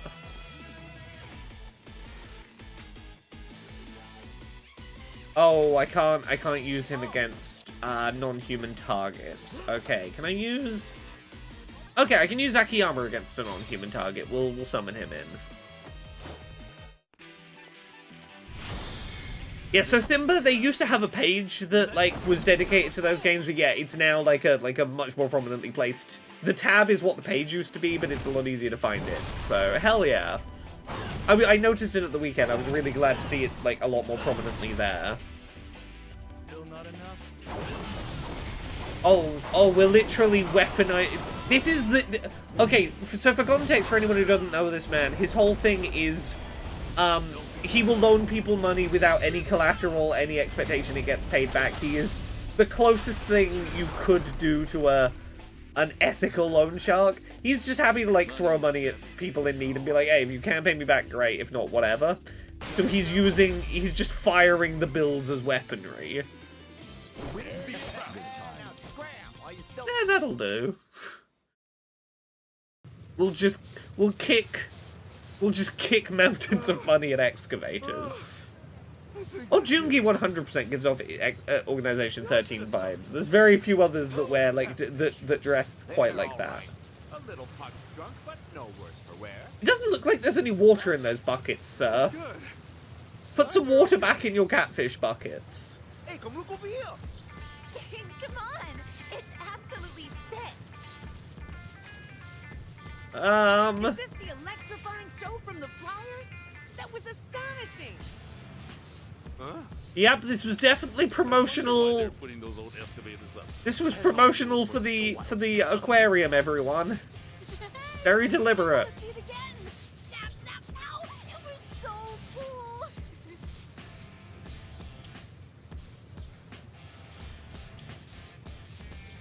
Ladies and gentlemen, you've just witnessed our free exhibition ceremony. I thank you all for attending. Look at this fucking capitalist chancing it and trying to take credit for this. I hate that we taught him capitalism by accident. That'll be a great story to tell back home.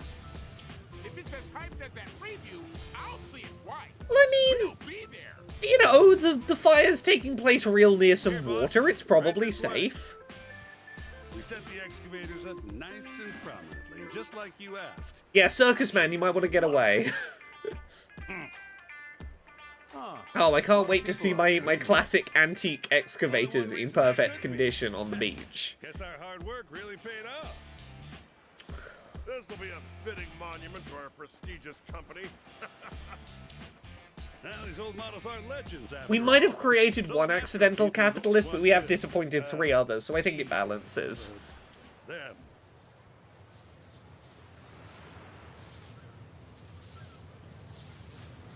Thimba, I might, after this cutscene, have to get on my rant about J.J. McField and the Island of Memories. I have a whole little rant about that game. You went above and beyond this time. Okay, nah, fuck it. I need to get this rant out of my system. Okay, in isolation, J.J. McField and the Island of Memories is, in theory, if you look at it as an isolated piece of artwork, I would argue it is a well-handled piece of artwork about a trans character, despite its, like, heavy tone and topics. I think in isolation, it is a like for its time very progressive piece of trans representing media, particularly from a creator who is not trans but sought consulting. Like, it avoided a lot of the pitfalls. I at the time praised it a lot. This is I've probably given this rant before. The thing that ruins J.J. McField and the Island of Memories is it's Swery, isn't it? The creator. I always have to stop and go, am I thinking Suda51? No, that's No More Heroes. Swery is the creator of Deadly Premonition, Deadly Premonition 2, and J.J. McField. And I'm gonna put aside the transphobia that like starts in Deadly Premonition and gets way worse in Deadly Premonition 2. We're gonna put that aside. Let me tell you a quote, and I'm gonna paraphrase it, but it's pretty fucking close, from an interview we did with Bloody Disgusting, around like shortly before Deadly Premonition 2, talking about J.J. McField and the Island of Memories. So, for some context, JJ's mother in that game is not supportive of her transition and tries to force her into conversion therapy, and that's a major factor in her eventual attempted suicide. JJ's mother is not a good person in that game. And I do remember this I can tell you this quote from the interview word for word. I'm not paraphrasing. This was word for word. Where he says, "Nobody in The Missing, nobody is at fault for being who they are. That includes JJ's mother." In Swery's mind, JJ's not, not at fault for being who she is as a trans woman, but JJ's mother, who, hassled her and harassed her and forced her into conversion therapy to the point that it pushed her toward attempting suicide. She's not at fault for being who she is. Fucking Swery. Swery. Oh. Swery retroactively fucking shot that plot in the foot and showed that, like, oh, your consultants, like, carried that narrative. You did not understand the narrative you were working on, you just said yes to what the consultants said.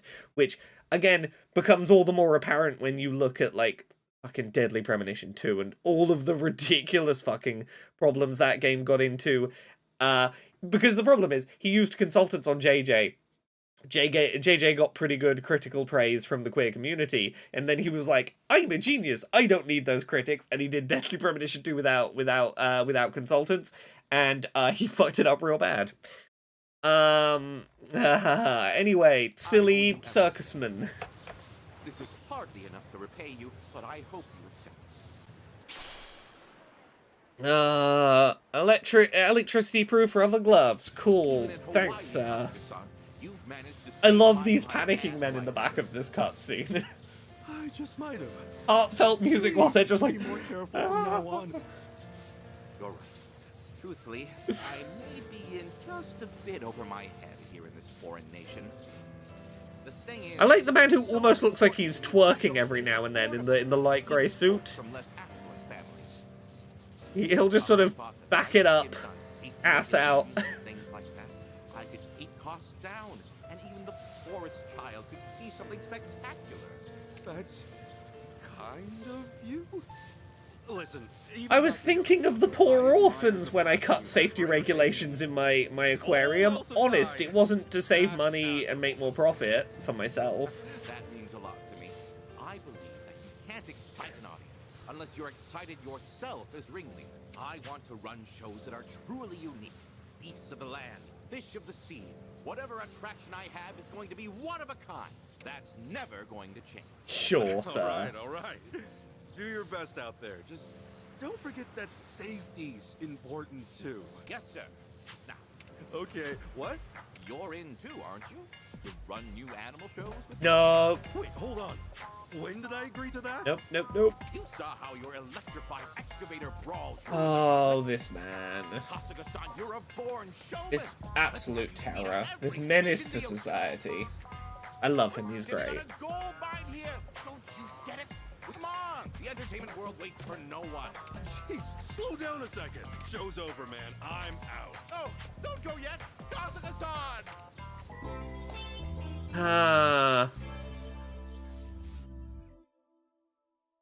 So, Incompetent Hero, what I will say on whether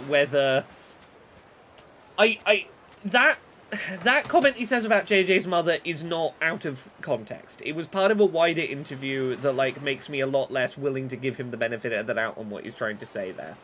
Because, okay, like, I'm going into the full rant now. You know what else he does in that interview that, like, makes me very unwilling to give him credit, or give him the benefit of the doubt? He retcons Deadly Premonition 1. So, for the longest time, with regards to Deadly Premonition 1, one of the villains in that game is a character called Thomas, who dresses up in his sister's clothing to be involved in the murder of the women in town. Swery only ever referred to Thomas with he, him pronouns when that game was coming out, when it was released, into the future, and it's only after J.J. McField was successful. In that same interview, he starts trying to get credit by retconning Thomas as being a trans woman, but he does so with some really fucking offensive tropes in it. Like, he talks about Thomas, if we are to take that interview as canon and Thomas is a trans woman, he talks about her in terms where I read that interview and I'm like, you sound like fucking JJ's mother in the way you're talking about Thomas. You don't lead me to, like, believe, like, to trust that statement. Like, that interview is entirely...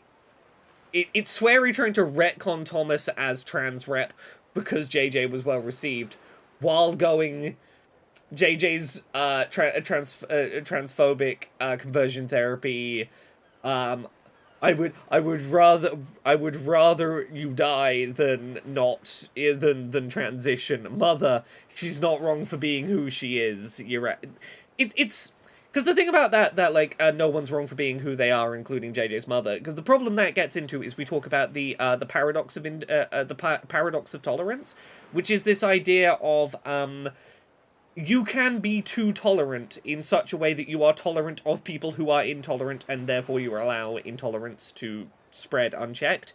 It's the, well, you know, I'm not going to kick a Nazi out of this space because, you know, I should be tolerant of their views. No, their views are intolerant views, therefore you have no obligation to be tolerant of their views. It's the, you sometimes...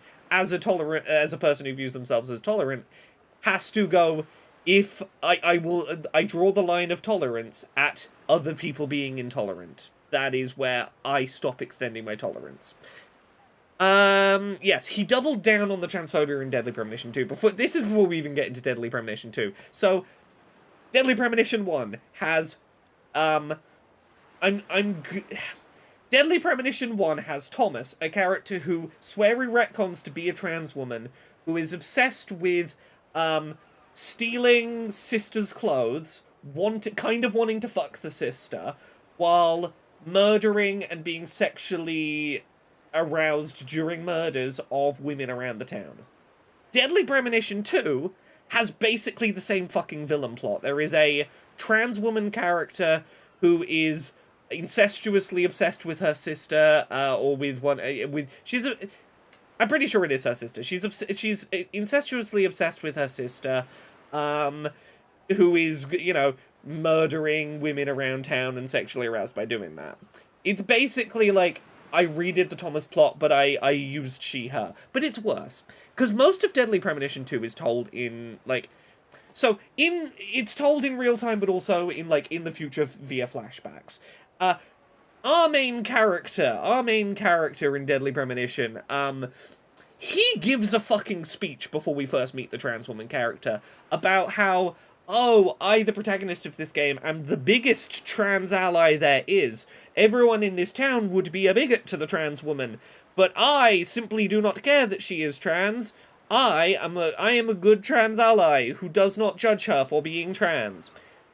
and then goes to her place of business, and this has now been edited out. This is the one thing that Swery did concede after I really pushed him on it, was Swery I forget the fucking character's name. The main character turns up at the place of work of this trans woman and goes, "You used to be called insert dead name, didn't you?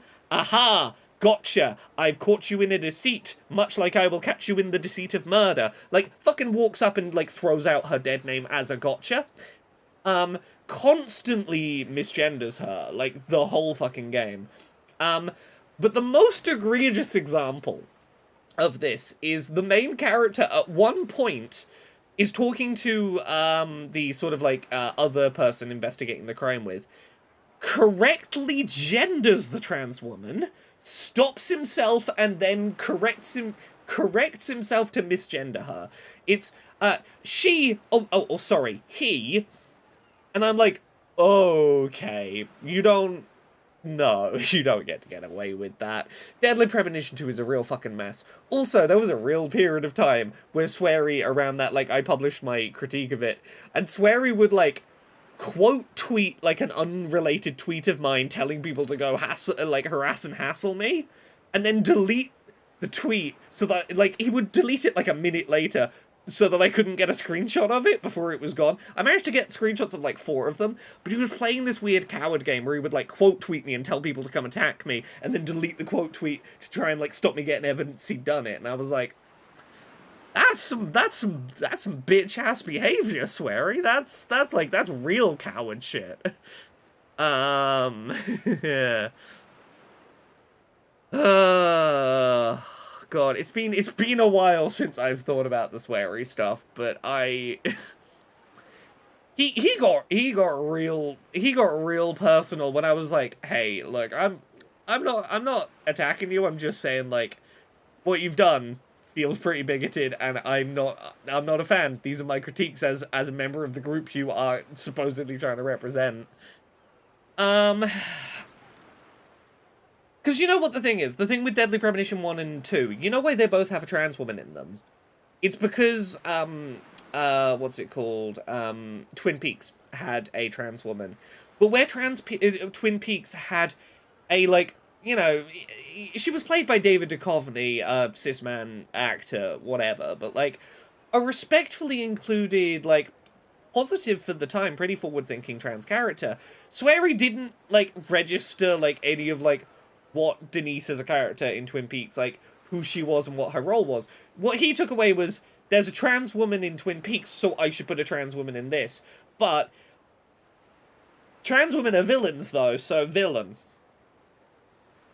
I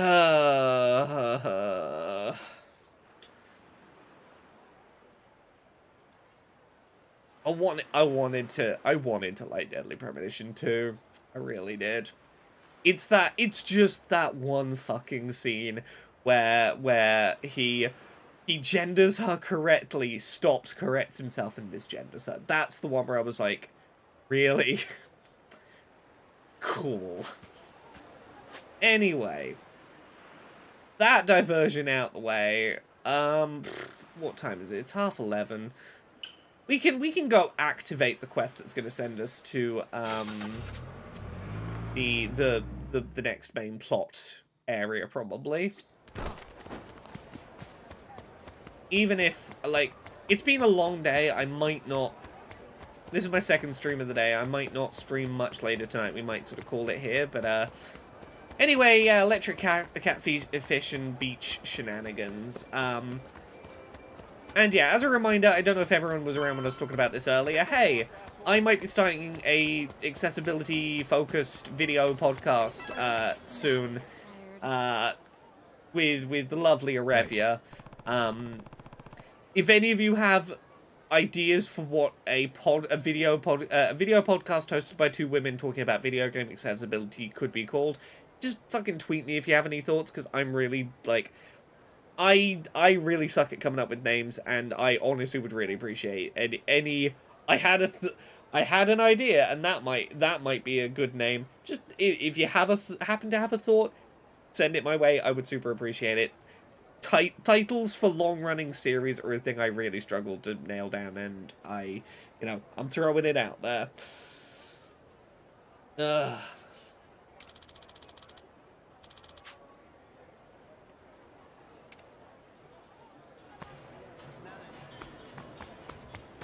Need to slow down now.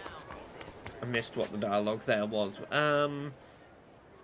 Oh, we gotta get Jungi a new outfit. Oh, I forgot this. Okay, we can do this before we head off. Let's get a slightly less visibly conspicuous outfit for Jungi.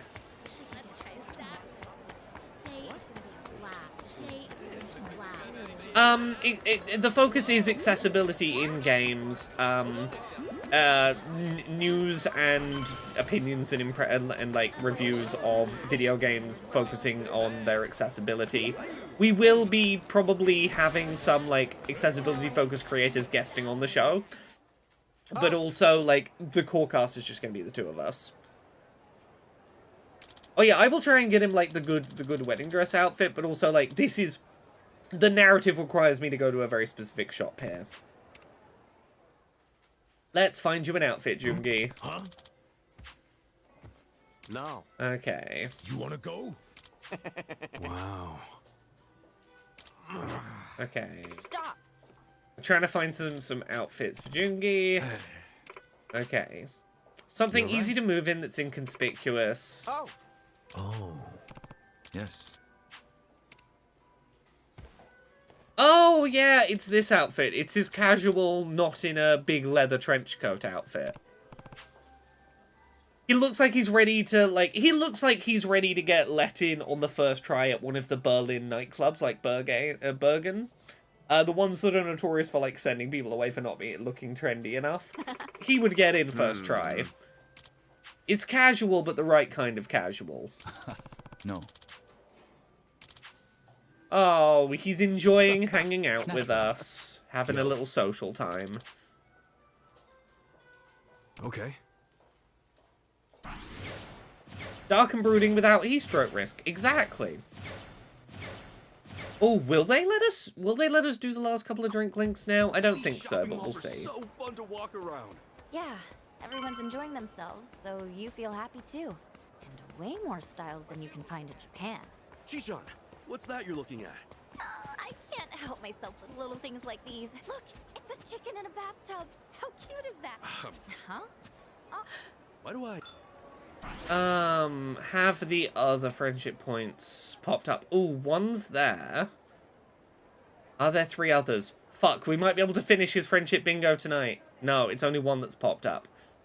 Oh, fuck, did I miss one earlier? Was that one I missed earlier? Oh, no. I'm only seeing the one. Let's go do this one. This one definitely wasn't available earlier. It's just appeared now, for sure.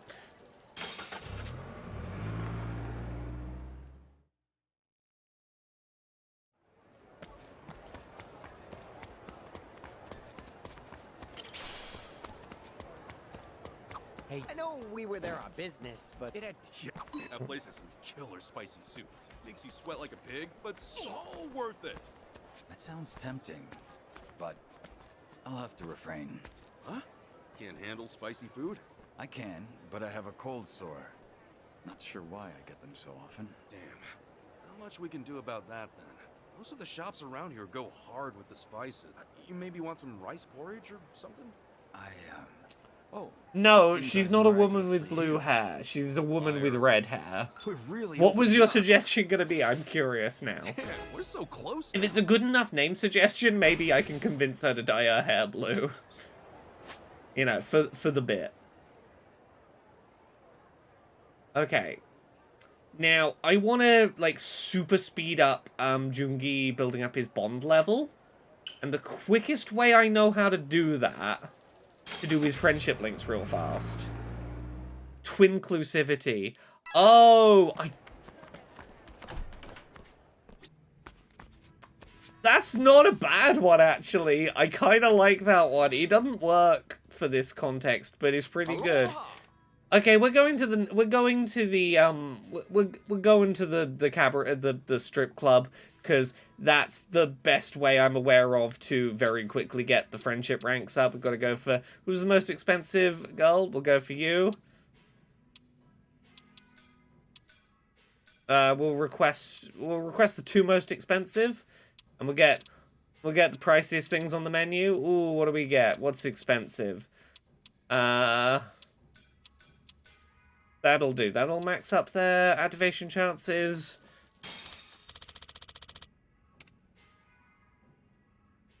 Why, hello. Enjoying yourself?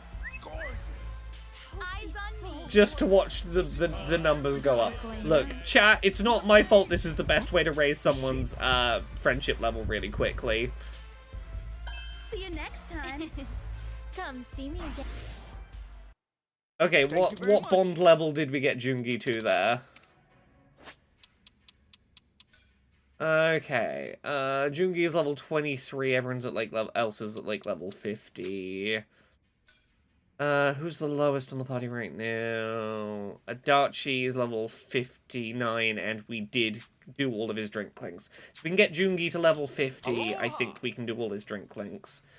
So, let's get the same 2 again, and order all the most expensive things again.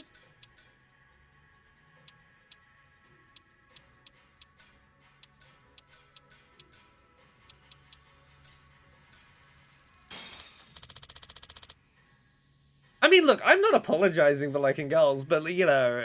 Why, hello. Enjoying yourself? Eyes on me. Look, I'll own it. This is what we're doing. This is the speedrunning strat right now for us to get through this game. Come on. Irresistible Temptation and Naturally Flexible. Did we... Oh, we got the bonus. We're gonna get bonus bond levels with Jungi now. Everyone had a good time at the strip club. Let's enjoy ourselves. What does this do? It makes Jungi like us more so that we can do his, like, his friendship side quest, the drink links, all in one go. Come see me again. So that's gonna get Jungi hopefully to, like, close to level 50. Jungi is what, 28 now? Really? We only at 28 bond level. Aloha. Try it one more time. Come on, let's get Jungi. Level up. Do it. Get your bond level up. I swear this went up quicker previously. This was a much quicker way of getting the bond level up. Why, hello. Enjoying Yeah, I'm yourself? glad this isn't the IRL videos from Like a Dragon, what was it, Gaiden, the man who erased his name. Those were unsettling.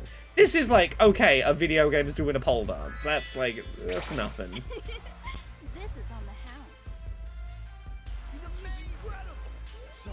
Let's enjoy ourselves. Sure. See you next time. Come see me again. Thank you very much. Okay, everyone's a bit drunk, but... Okay, yeah, that worked. Okay, level 33. We're getting him there. Aloha. A few more times just for good measure. Okay, you're... Currently... Okay. Come on. I want to speedrun Jungi. I want to get his friendship up as quick as we can.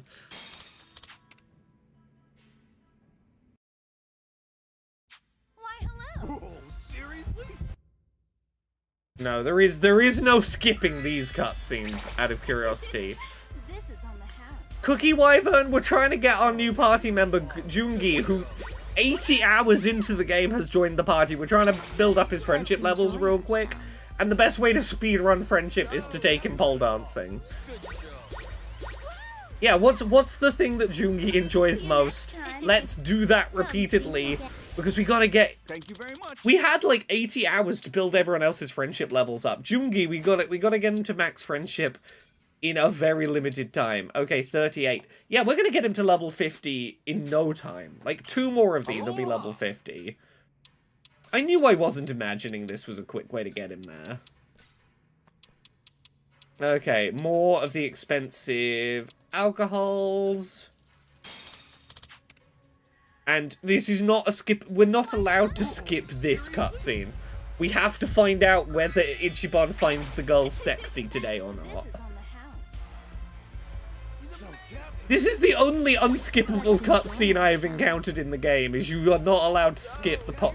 If you're gonna speedrun levels this way, you've got to commit to it. Come on, how you doing, Jungi? 43. Aloha! 1 or 2 more. We got this. It's like he's been with us the entire time. It's like he was with us right from the start of the game, probably. He's such a good, friendly party member. Incompetent Hero says, I don't know how I would explain to anyone I'm watching a loop of video game pole dancers as a method of boosting friendship, because it sounds insane. Let's enjoy ourselves. Now, I'm having a similar thought, but I'm going... My mother, like, she occasionally pays attention to content I put out onto the internet. Usually stuff I post on Patreon. She follows me on Patreon. But let's say today was the first time she decided, like, to come watch... I think she watched the Accessibility Summer Showcase last year, but let's say she tuned in right now to this Twitch stream. I would have to explain, hello, mother, this is my job. This is me doing my full-time career right now. We need to watch the pole dancers at least one more time. I swear it's for work. This is very important. Aren't you proud of me making a career in the entertainment business, mother? Is she? Look, speedrun tech is what it is. You can't deny when a certain strat is the best strat, and sometimes it's watch the pole dancers. Let's enjoy ourselves. Incompetent Hero says, I don't know, I doubt this is nearly as concerning as Pixel Squirt. About that. Now, my mother has never stumbled upon Pixel Squirt, but you know what she has come across? Do you remember a piece I did for Let's Play Video Games that had to be taken down because we got a complaint from the web host about it? The, imagining what video game character vaginas would look like with very high quality illustrations. Do any of you remember that piece? My mother saw that piece. She commented on it, told me she thought it was very amusing, that it was a very funny, well done piece. And then I had to wrestle with the knowledge that my mother had read a piece in which I described fictional imaginary vaginas and got an artist to render them to my description.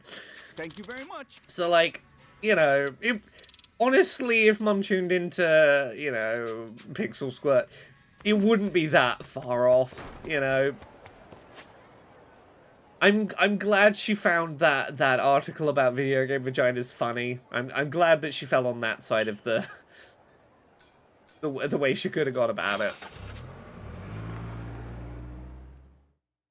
My mother has read a piece of an article in which I included an image of GLaDOS from Portal's vagina. So, you know, she's aware of what my career is to a degree. The artwork on that, I still have the originals of the artwork from that article. It is a shame that it is not postable in its original form. That article in screen cap form does exist on, like, an archive somewhere. Well,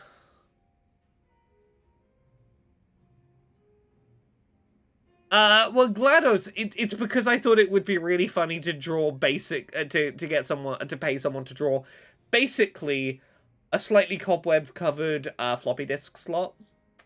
There was reasoning. I had some bullshit for why. I thought it was pretty fucking funny at the time. Things I learned about GLaDOS's twat. Book sequel? Look, I don't think a publisher would ever let me do it, but I would love to do the video game vaginas book. Okay, we're basically ready for District 5. Yes. You should expect trouble. But we could do Jungi's Drink Links, which we're not going to do tonight because it's getting a little late, but I'm gonna call it here. I'm gonna save. Welcome. But on the next stream, we are going to... Oh, let me see if I can make quickly, sorry. We're gonna do Jungi's Drink Link. And then go progress to finally near the end of this game. thank you very much, everyone, for watching.